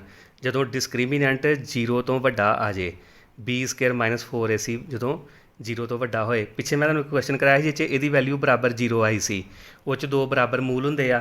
जे इहदी वैल्यू 0 तो छोटी होवे ते उहदा कोई भी वास्तविक मूल नहीं हुंदा, ते इहदी वैल्यू आई है ग्रेटर दैन 0। आ देखो, तो ये साडे जिहड़ा ये वाला क्वेश्चन वा इहदा असीं आंसर आ लगावांगे, 2 वखरे वास्तविक मूल हैं, ऑप्शन ए। इहदे च 2 डिस्टिंक्ट रियल रूट्स, क्योंकि इहदी जिहड़ी आ वैल्यू ग्रेटर दैन 0 आई है। ये सीगा बच्चों क्वेश्चन नंबर 19। आ देखो 20वां क्वेश्चन की आ, जे AX² + BX + C = 0 के मूल समान हैं तो C के जिहड़ा मुल वा कितना होएगा। हुण देखो इन्हां दे मूल समान दिते आ, फिर वही क्वेश्चन आ गया कि इहदा जिहड़ा डिस्क्रिमिनेंट वा वो किहदे बराबर होएगा 0 दे। चलो इहदा भी सलूशन देखते हैं। आ देखो बच्चों, जिहड़ा 20वां क्वेश्चन वा सानू आ वाली समीकरण दित्ती आ, standard form AX² + BX + C = 0, मूल समान हैं तो C बराबर है। हुण मूल समान कदों हुंदे आ, जदों B² - 4AC की वैल्यू = 0 होवे। हुण देखो सानू पता कि स्टैंडर्ड फॉर्म आ, स्टैंडर्ड फॉर्म के जिहड़े आ जिहड़ी डिस्क्रिमिनेंट आ सेम ही रहेगी, क्योंकि इत्थे A की वैल्यू A ही आ, B की वैल्यू B तो C की वैल्यू C आ। इस करके ये स्टैंडर्ड फॉर्म 'ਚ रहेगी जो ਅਸੀਂ c ਦੀ ਵੈਲਿਊ ਕੱਢਣੀ ਕਿਉਂਕਿ ਸਾਨੂੰ ਇੱਥੇ ਪੁੱਛਿਆ c ਬਰਾਬਰ ਹੈ। ਹੁਣ ਆ ਦੇਖੋ c ਵਾਲੀ ਸਾਈਡ ਅਸੀਂ ਚੇਂਜ ਕਰ ਲਾਂਗੇ। ਸਾਡੇ ਕੋਲ ਕੀ ਆ ਗਿਆ b ਸਕੁਏਅਰ ਬਰਾਬਰ 4ac। ਹੁਣ c ਇੱਧਰ ਰਹੇਗਾ 4a ਇਹਦੇ ਥੱਲੇ ਆ ਜਾਏਗਾ। b ਸਕੁਏਅਰ ਇਹਦੇ ਥੱਲੇ ਆ ਗਿਆ 4a is equal to c ਜਾਂ c ਬਰਾਬਰ b ਸਕੁਏਅਰ ਬਟਾ 4a। ਇਹ ਸਾਡੇ ਕੋਲ c ਦੀ ਵੈਲਿਊ ਆ ਗਈ। ਹੁਣ ਦੇਖਦੇ ਹਾਂ ਅਸੀਂ ਆਪਣੇ ਆ ਜਿਹੜੇ ਕੁਐਸਚਨ ਵਾਲੀ ਜਿਹੜੀ ਆ ਦੇਖੋ ਇਹਦੇ 'ਚ ਆਹ ਵਾਲੀ ਆਪਸ਼ਨ ਜਿਹੜੀ ਲਾਸਟ ਵਾਲੀ ਆ ਦੇਖੋ ਡੀ ਆਪਸ਼ਨ b ਸਕੁਏਅਰ ਬਟਾ 4a। ਆ ਦੇਖੋ ਕਾਪੀ ਦੇ ਉੱਪਰ b ਸਕੁਏਅਰ ਬਟਾ 4a ਇਹ ਸਾਡੇ ਕੋਲ ਆਨਸਰ ਆ ਗਿਆ ਇਹਦਾ। ਸਾਡੇ ਕੋਲ c ਦੀ ਵੈਲਿਊ ਤੇ ਅਸੀਂ ਇਹਦੇ ਉੱਪਰ ਵੀ ਟਿਕ ਕਰ ਦਾਂਗੇ। ਸਾਡੀ ਲਾਸਟ ਵਾਲੀ ਆਪਸ਼ਨ ਜਿਹੜੀ D option b square over 4a ਇਹ 'ਚ ਆ ਗਈ ਸਾਡੇ ਕੋਲ c ਦੀ ਵੈਲਿਊ। ਅੱਗੇ ਕੁਐਸਚਨ ਦੇਖੋ 21ਵਾਂ ਕੁਐਸਚਨ ਕੀ ਆ ਕਿ ਆਹ ਸਮੀਕਰਨ ਦਿੱਤੀ ਆ a minus B X square plus b minus C X plus c minus a is equal to 0 ਦੇ ਮੂਲਾਂ ਦਾ ਗੁਣਨਫਲ ਹੈ। ਹੁਣ ਇਹ 'ਚ ਮੂਲਾਂ ਦਾ ਗੁਣਨਫਲ ਪਤਾ ਕਰਨਾ ਵਾ ਅਸੀਂ। ਚਲੋ ਇਹਦਾ ਦੇਖਦੇ ਹਾਂ ਸੋਲੂਸ਼ਨ।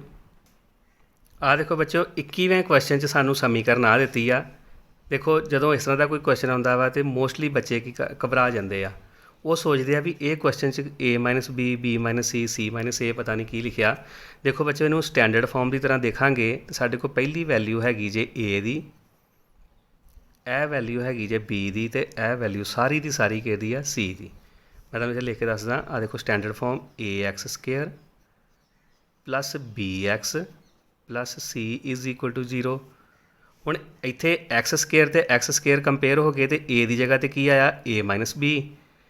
ਇੱਥੇ x ਨਾਲ x ਕੰਪੇਅਰ ਹੋ ਗਏ ਅਤੇ b ਦੀ ਜਗ੍ਹਾ 'ਤੇ ਕੀ ਆ ਗਿਆ b ਮਾਈਨਸ c।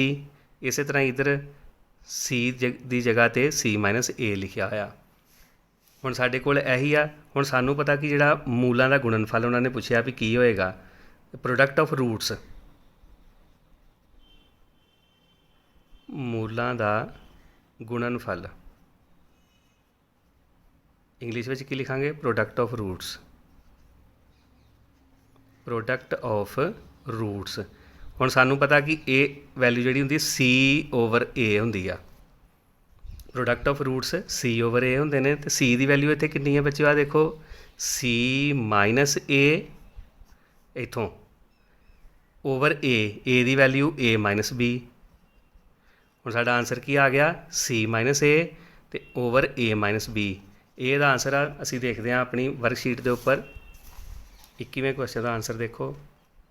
ਇਹ ਸਾਡੇ ਕੋਲ ਕਿੱਥੇ ਦਿੱਤਾ ਹੋਇਆ ਆਨਸਰ ਆ ਵਾਲਾ c ਮਾਈਨਸ a ਅਤੇ a ਮਾਈਨਸ b ਆ। ਦੇਖੋ c ਮਾਈਨਸ a ਅਤੇ a ਮਾਈਨਸ b ਇਹ ਸਾਨੂੰ ਆਹ ਆਪਸ਼ਨ ਨੰਬਰ c 'ਚ ਦਿੱਤਾ ਹੋਇਆ ਜੀ c minus a over a minus b। ਬਾਕੀਆਂ 'ਚ ਦੇਖੋ ਥੋੜ੍ਹਾ ਜਿਹਾ ਭੁਲੇਖਾ ਪਾਉਣ ਵਾਸਤੇ c ਮਾਈਨਸ a ਅਤੇ b ਮਾਈਨਸ a ਲਿਖਿਆ। ਠੀਕ ਆ, ਇਹੀ ਸਾਡੀ ਆਪਸ਼ਨ ਜਿਹੜੀ c ਆ ਇਹ ਸਾਡਾ ਆਨਸਰ ਹੋਏਗਾ 21ਵੇਂ ਕੁਐਸਚਨ ਦਾ। ਚਲੋ ਦੇਖਦੇ ਹਾਂ ਕੁਐਸਚਨ ਨੰਬਰ 22।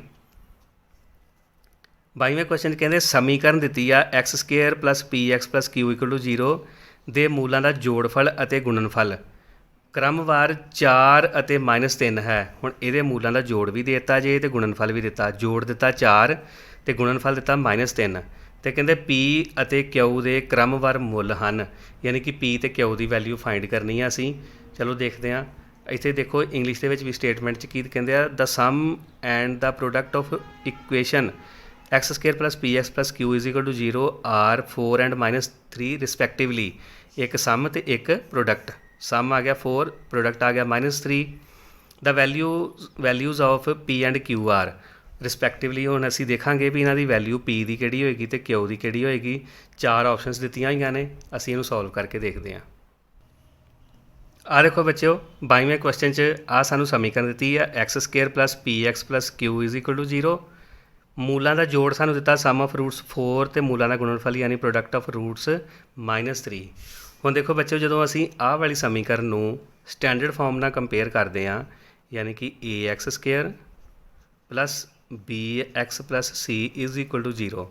ਆ ਦੇਖੋ ਇੱਥੋਂ ਧਿਆਨ ਨਾਲ ਐਕਸ ਸਕੁਏਅਰ ਦਾ ਕੋਫੀਸ਼ੀਐਂਟ ਏ ਇੱਥੇ 1 ਵਾ ਯਾਨੀ ਕਿ ਏ ਦੀ ਵੈਲਿਊ ਕਿੰਨੀ ਆ ਗਈ 1। ਹੁਣ ਬੀ ਦੀ ਵੈਲਿਊ ਕਿੰਨੀ ਹੈ ਇਹਦੇ 'ਚ ਜਦੋਂ ਇਹਨੂੰ ਇਹਦੇ ਨਾਲ ਕੰਪੇਅਰ ਕੀਤਾ ਅਤੇ ਬੀ ਦੀ ਵੈਲਿਊ ਬੀ ਦੀ ਥਾਂ 'ਤੇ ਕੀ ਲਿਖਿਆ ਹੈ ਪੀ। ਬੀ ਇਜ਼ ਇਕੁਅਲ ਟੂ ਪੀ ਅਤੇ ਸੀ ਦੀ ਵੈਲਿਊ ਕਿੰਨੀ ਆ ਕਿਊ। ਸੀ ਇਜ਼ ਇਕੁਅਲ ਟੂ ਕਿਊ। ਹੁਣ ਦੇਖੋ ਆ ਸਾਡੇ ਕੋਲ ਆ ਗਿਆ। ਅਸੀਂ ਇਸ ਕੁਐਸਚਨ 'ਚ ਫਾइंड ਕੀ ਕਰਨਾ ਵਾ, ਤੁਸੀਂ ਆਪਣੀ ਵਰਕਸ਼ੀਟ ਦੇ ਉੱਪਰ ਦੇਖਿਓ ਕੀ ਲਿਖਿਆ ਕਿ ਜਿਹੜੀ ਪੀ ਤੇ ਕਿਊ ਦੇ ਮੁੱਲ ਅਸੀਂ ਦੇਖਣੇ ਆ, ਯਾਨੀ ਕਿ ਵੈਲਿਊਜ਼ ਆਫ ਪੀ ਐਂਡ ਕਿਊ। ਹੁਣ ਇੱਥੇ ਦੇਖੋ ਮੂਲਾਂ ਦਾ ਜੋੜ ਕਿੰਨਾ ਦਿੱਤਾ 4। ਸਾਨੂੰ ਪਤਾ ਕਿ ਜਿਹੜਾ ਮੂਲਾਂ ਦਾ ਜੋੜ ਵਾ ਯਾਨੀ ਕਿ ਸਮ ਆਫ ਰੂਟਸ ਉਹ ਕਿਹਦੇ ਬਰਾਬਰ ਹੁੰਦਾ -b/a ਦੇ, ਇਹਦੇ ਬਰਾਬਰ ਹੁੰਦਾ। ਤੇ ਇਹਦੀ ਵੈਲਿਊ ਸਾਨੂੰ ਕਿੰਨੀ ਦਿੱਤੀ ਹੋਈ ਆ 4। ਆ ਦੇਖੋ ਉੱਪਰ ਲਿਖੀ 4। ਹੁਣ ਮੈਂ ਇੱਥੇ -b ਦੀ ਵੈਲਿਊ ਕਿੰਨੀ ਆ ਮੇਰੇ ਕੋਲ p, ਤੇ a ਦੀ ਵੈਲਿਊ ਕਿੰਨੀ ਆ ਮੇਰੇ ਕੋਲ 1 ਇੱਥੇ ਲਿਖੀ। ਇਹਨੂੰ ਮੈਂ ਸੋਲਵ ਕੀਤਾ, ਇਹਨੂੰ ਕ੍ਰੋਸ ਮਲਟੀਪਲਾਈ ਕੀਤੀ, ਮੇਰੇ ਕੋਲ ਕੀ ਆ ਗਿਆ -p = 4 ਕਿਉਂਕਿ 4 1 4 ਤੇ p ਦੀ ਵੈਲਿਊ ਕਿੰਨੀ ਆ ਗਈ -4। ਆ ਮਾਈਨਸ ਇੱਧਰ ਚਲ ਗਿਆ ਤੇ p ਦੀ ਵੈਲਿਊ ਆ ਗਈ -4। ਇਹ ਸਾਡੇ ਕੋਲ ਪਹਿਲੀ ਵੈਲਿਊ ਆ ਗਈ। ਹੁਣ ਦੇਖੋ ਦੂਸਰਾ ਸਾਨੂੰ ਕੀ ਦਿੱਤਾ ਮੂਲਾਂ ਦਾ ਗੁਣਨਫਲ ਪ੍ਰੋਡਕਟ ਆਫ ਰੂਟਸ। ਅਸੀਂ ਉਹ ਲਿਖਾਂਗੇ ਉਹ ਕਿਹਦੇ ਬਰਾਬਰ ਹੁੰਦਾ ਮੂਲਾਂ ਦਾ ਗੁਣਨਫਲ। ਇਹ ਕਿਹਦੇ ਬਰਾਬਰ ਹੁੰਦਾ c/a ਦੇ। ਲੇਕਿਨ ਸਾਨੂੰ ਦਿੱਤਾ ਕਿੰਨਾ ਵਾ ਮੂਲਾਂ ਦਾ ਗੁਣਨਫਲ ਪ੍ਰੋਡਕਟ ਆਫ ਰੂਟਸ -3। ਇਹਦੀ ਵੈਲਿਊ ਦਿੱਤੀ ਗਈ ਹੈ -3 ਤੇ c ਦੀ ਵੈਲਿਊ ਕਿੰਨੀ ਆ q ਤੇ a ਦੀ ਵੈਲਿਊ ਉਹੀ 1। q/1 = -3। ਇੱਥੋਂ q ਦੀ ਵੈਲਿਊ ਕਿੰਨੀ ਆ ਗਈ 1 ਆ, ਇੱਧਰ ਮਲਟੀਪਲਾਈ ਕੀਤਾ ਤੇ -3। ਹੁਣ ਆ ਦੇਖੋ p ਤੇ q ਸਾਡੇ ਕੋਲ ਦੋਨੋਂ ਆ ਗਏ ਤੇ ਇਹ ਵੈਲਿਊ ਕਿੰਨੀ ਆਈ p ਦੀ -4 ਅਤੇ -3। ਇਹ ਸਾਡੇ ਕੋਲ ਆਨਸਰ ਆ ਗਿਆ। ਹੁਣ ਅਸੀਂ ਵਰਕਸ਼ੀਟ ਦੇ ਉੱਪਰ ਦੇਖਦੇ ਹਾਂ ਕਿ ਇਹ ਵਾਲਾ ਆਨਸਰ ਕਿੱਥੇ ਦਿੱਤਾ ਹੋਇਆ ਵਾ। ਆ ਦੇਖੋ ਸਾਡੇ ਕੋਲ ਇਹ ਵਾਲਾ ਆਨਸਰ ਦੂਸਰੇ ਨੰਬਰ ਦੇ ਉੱਪਰ ਹੈਗਾ ਜੇ -4 ਤੇ -3। ਆ ਦੇਖੋ 4 3 ਦਿੱਤੇ ਹੋਏ ਆ, ਲੇਕਿਨ ਸਾਡੇ ਕੋਲ ਜਿਹੜਾ ਆਨਸਰ ਆ ਰਿਹਾ ਵਾ ਆ ਦੇਖੋ -4 ਤੇ -3 ਆ। ਇਹਦੀ ਆਪਸ਼ਨ B ਇਹਦਾ ਆਨਸਰ ਜੇ -4 ਐਂਡ -3। ਆ ਦੇਖੋ ਇਹਨੂੰ ਤੁਸੀਂ ਟਿਕ ਕਰ ਲਿਓ। ਹੁਣ ਸਾਡੇ ਕੋਲ ਆ ਗਿਆ ਕੁਐਸਚਨ ਨੰਬਰ 23ਵਾਂ, ਲਾਸਟ ਕੁਐਸਚਨ ਵਾ ਇਸ ਜਿਹੜੀ ਵਰਕਸ਼ੀਟ ਦਾ। ਸਮੀਕਰਨ ਦਿੱਤੀ ਆ x² - 2x - 35 = 0 ਦੇ ਮੂਲ ਹਨ। ਕਹਿੰਦੇ ਵੀ ਆਹ ਜਿਹੜੀ ਸਮੀਕਰਨ ਵਾ ਇਹਦੇ ਰੂਟਸ ਕਿਹੜੇ ਹੋਣਗੇ। ਚਲੋ ਇਹਦਾ ਵੀ ਸੋਲੂਸ਼ਨ ਦੇਖਦੇ ਹਾਂ ਕਾਪੀ 'ਤੇ ਵੀ ਇਹਦੇ ਰੂਟਸ ਕਿਹੜੇ ਹੋਣਗੇ। ਆ ਦੇਖੋ ਬੱਚਿਓ ਸਾਨੂੰ ਜਿਹੜਾ 23ਵੇਂ ਕੁਐਸਚਨ ਜਿਹੜੀ ਸਮੀਕਰਨ ਦਿੱਤੀ ਆ x² - 2x - 35 = 0 ਆ। ਅਸੀਂ ਇਹਦੇ ਰੂਟਸ ਫਾਈਂਡ ਕਰਨੇ ਆ। ਅਸੀਂ ਇਹਦਾ ਜਿਹੜੀ ਮਿਡ ਟਰਮ ਆ ਉਹਨੂੰ ਸਪਲਿਟ ਕਰ ਲਾਂਗੇ। ਆ ਦੇਖੋ x² ਦਾ ਕੋਐਫੀਸ਼ੀਐਂਟ 1 ਵਾ, 1 ਨੂੰ 35 ਨਾਲ ਮਲਟੀਪਲਾਈ ਕੀਤਾ -35 ਨਾਲ ਤੇ ਕਿੰਨਾ ਆਇਆ -35। ਜਿਹੜਾ ਇਹਦਾ x ਦਾ ਕੋਐਫੀਸ਼ੀਐਂਟ ਆ ਉਹ -2 ਆ। ਯਾਨੀ ਕਿ ਅਸੀਂ 2 ਨੰਬਰ ਇਸ ਤਰ੍ਹਾਂ ਦੇ ਲੈਣੇ ਆ ਕਿ ਜਿਨ੍ਹਾਂ ਨੂੰ ਅਸੀਂ ਮਾਈਨਸ ਕਰੀਏ, ਕਿਉਂਕਿ ਕੌਂਸਟੈਂਟ ਦੇ ਨਾਲ ਮਾਈਨਸ ਲੱਗਾ, ਮਾਈਨਸ ਕਰੀਏ ਤੇ 2 ਆਵੇ ਤੇ ਮਲਟੀਪਲਾਈ ਕਰੀਏ ਤੇ 35 ਆਵੇ। ਤਾਂ ਉਹ ਬੱਚਿਓ 2 ਨੰਬਰ ਬਣਦੇ ਆ 7 × 5 35 ਤੇ 7 - 5 = 2। ਹੁਣ ਇੱਥੇ ਸਾਡੇ ਕੋਲ 2 ਰੂਟਸ ਆਹ ਵਾਲੇ ਆ ਗਏ 7 ਤੇ 5। ਮੈਂ ਇੱਥੇ ਲਿਖਾਂਗਾ, ਇਹਨੂੰ ਸੋਲਵ ਕਰ ਲੈਂਦੇ। x² ਮਾਈਨਸ ਬਾਹਰ ਰਹੇਗਾ 7x - 5x ਕਿੰਨਾ ਬਣਿਆ 2x। ਇਹਨੂੰ ਬ੍ਰੈਕਟ 'ਚ ਕਿਉਂ ਲਿਖਣਾ ਕਿਉਂਕਿ ਬਾਹਰ ਮਾਈਨਸ ਆ ਅਤੇ ਇਹਨਾਂ ਦੇ ਸਾਈਨ ਚੇਂਜ ਹੋਣੇ ਆ। ਇਹ ਧਿਆਨ ਰੱਖਿਆ ਕਰੋ ਜਦੋਂ ਸੋਲਵ ਕਰਦੇ ਹੋ। x² - 7x ਹੁਣ ਮਾਈਨਸ ਤੇ ਆਹ ਵਾਲੀ ਮਾਈਨਸ ਪਲੱਸ ਹੋ ਗਏ +5x - 35 = 0। ਇੱਧਰੋਂ x ਕਾਮਨ ਨਿਕਲਿਆ, ਇੱਥੇ ਬਚਿਆ x - 7, ਇਹਦੇ 'ਚੋਂ 5 ਕਾਮਨ ਨਿਕਲ ਗਿਆ, ਇੱਥੇ ਕੀ ਬਚਿਆ x - 5 7 35 = 0। ਹੁਣ ਇੱਥੋਂ x - 7 ਦੋਨੋਂ ਪਾਸੇ ਬਰਾਬਰ ਸੀਗੇ, ਆਹ ਵਾਲੇ ਇਹ ਕਾਮਨ ਹੋ ਗਏ ਅਤੇ ਬਾਕੀ ਕੀ ਬਚਿਆ x + 5 = 0। ਹੁਣ ਇਹਨਾਂ ਦੋਨਾਂ 'ਚੋਂ ਆ ਦੇਖੋ ਇੱਕ ਇਹ ਵੀ 0 ਦੇ ਬਰਾਬਰ ਹੋਏਗੀ ਅਤੇ ਇੱਕ x + 5 0 ਦੇ ਬਰਾਬਰ ਹੋਏਗੀ। ਇੱਥੋਂ x ਦੀ ਵੈਲਿਊ ਕਿੰਨੀ ਆ ਗਈ 7, ਇੱਥੋਂ x ਦੀ ਵੈਲਿਊ ਆ ਗਈ -5। ਯਾਨੀ ਕਿ ਇਹਦੇ ਰੂਟਸ ਕਿਹੜੇ ਆ ਗਏ, ਇੱਕ 7 ਤੇ ਇੱਕ -5। ਚਲੋ ਦੇਖਦੇ ਹਾਂ ਆਪਣੀ ਜਿਹੜੀ ਸਾਡੀ ਵਰਕਸ਼ੀਟ ਆ। ਦੇਖੋ ਇੱਕ ਸਾਡੇ ਕੋਲ ਰੂਟ ਕਿਹੜਾ ਆਇਆ ਸੀਗਾ, ਆ ਦੇਖੋ ਇੱਧਰ 7 ਤੇ -5। ਆ ਦੇਖੋ ਸਾਡੇ ਰੂਟਸ ਹੈਗੇ ਸੀਗੇ -5 ਤੇ 7 ਜਾਂ 7 - 5। ਆ ਦੇਖੋ ਇੱਥੇ ਸਾਡੇ ਕੋਲ ਪਹਿਲੀ ਆਪਸ਼ਨ ਹੀ ਆ -5 ਤੇ 7। ਬਾਕੀ ਸਾਰੇ ਜਿਹੜੇ ਨੇ ਉਹ ਅਲੱਗ ਨੇ। 5 ਦੇ ਨਾਲ ਮਾਈਨਸ ਹੈਗਾ ਅਤੇ ਇੱਥੇ 7 ਨਾਲ ਵੀ ਮਾਈਨਸ ਆ। ਇਹ ਦੋਨੋਂ ਪੋਜ਼ੀਟਿਵ ਦਿੱਤੇ ਨੇ, ਇਹ 'ਚ 7 ਨਾਲ ਮਾਈਨਸ ਲੱਗੀ ਆ। ਲੇਕਿਨ ਇਹੀ ਹੈ ਜਿਹਦੇ 'ਚ ਜਿਹੜਾ ਆ ਦੇਖੋ ਸਾਡੇ ਕੋਲ ਸੋਲੂਸ਼ਨ x ਇੱਕ 7 ਆਇਆ ਅਤੇ ਇੱਕ -5, ਉਹ ਸਾਡੇ ਕੋਲ ਆਪਸ਼ਨ A ਆ। ਯਾਨੀ ਕਿ 23ਵੇਂ ਕੁਐਸਚਨ ਦਾ ਆਨਸਰ ਆਪਸ਼ਨ A ਆ। तो बच्चों ये सी साडी वर्कशीट नंबर 16 ਜਿਹੜੀ ਨੈਸ ਬੇਸਡ ਆ ਔਰ ਇਹਦੇ 'ਚ ਸਾਰੇ ਆਬਜੈਕਟਿਵ ਟਾਈਪ ਕੁਐਸਚਨ ਦਿੱਤੇ ਨੇ। ਮੈਂ ਤੁਹਾਨੂੰ ਸੋਲਵ ਕਰਕੇ ਈਜ਼ੀ ਤਰੀਕੇ ਨਾਲ ਦੱਸਿਆ ਵਾ। ਇਹਨੂੰ ਤੁਸੀਂ ਬੜੇ ਧਿਆਨ ਨਾਲ ਦੇਖਣਾ ਵੀਡੀਓ ਨੂੰ ਔਰ ਪ੍ਰੈਕਟਿਸ ਜ਼ਰੂਰ ਕਰਿਓ। ਮੈਂ ਇਸ ਤੋਂ ਬਾਅਦ ਅਗਲੀਆਂ ਵਰਕਸ਼ੀਟਸ ਤੇ ਸੋਲੂਸ਼ਨ ਤੁਹਾਡੇ ਵਾਸਤੇ ਲੈ ਕੇ ਆਵਾਂਗਾ। ਤੁਸੀਂ ਆਰਾਮ ਨਾਲ ਇਹਨਾਂ ਦੀ ਪ੍ਰੈਕਟਿਸ ਕਰਦੇ ਰਹੋ ਔਰ ਇੱਕ ਚੀਜ਼ ਦਾ ਧਿਆਨ ਰੱਖਿਓ, ਵੀਡੀਓ ਚੰਗੀ ਲੱਗੇ ਤੇ ਸ਼ੇਅਰ ਜ਼ਰੂਰ ਕਰਿਓ ਔਰ ਚੈਨਲ ਸਬਸਕ੍ਰਾਈਬ ਜ਼ਰੂਰ ਕਰਿਆ ਕਰੋ। ਜਦੋਂ ਤੁਸੀਂ ਸਬਸਕ੍ਰਾਈਬ ਕਰਦੇ ਹੋ ਤੇ ਸਾਡੇ ਕੰਮ ਦੀ ਜਿਹੜੀ ਆ ਉਹ ਸਾਨੂੰ ਮੋਟੀਵੇਸ਼ਨ ਮਿਲਦੀ ਆ ਕਿ ਤੁਸੀਂ ਸਾਡੇ ਕੰਮ ਨੂੰ ਪਸੰਦ ਕਰ ਰਹੇ ਹੋ ਤੇ ਸਾਡੀ ਮਿਹਨਤ ਜਿਹੜੀ ਆ ਉਹ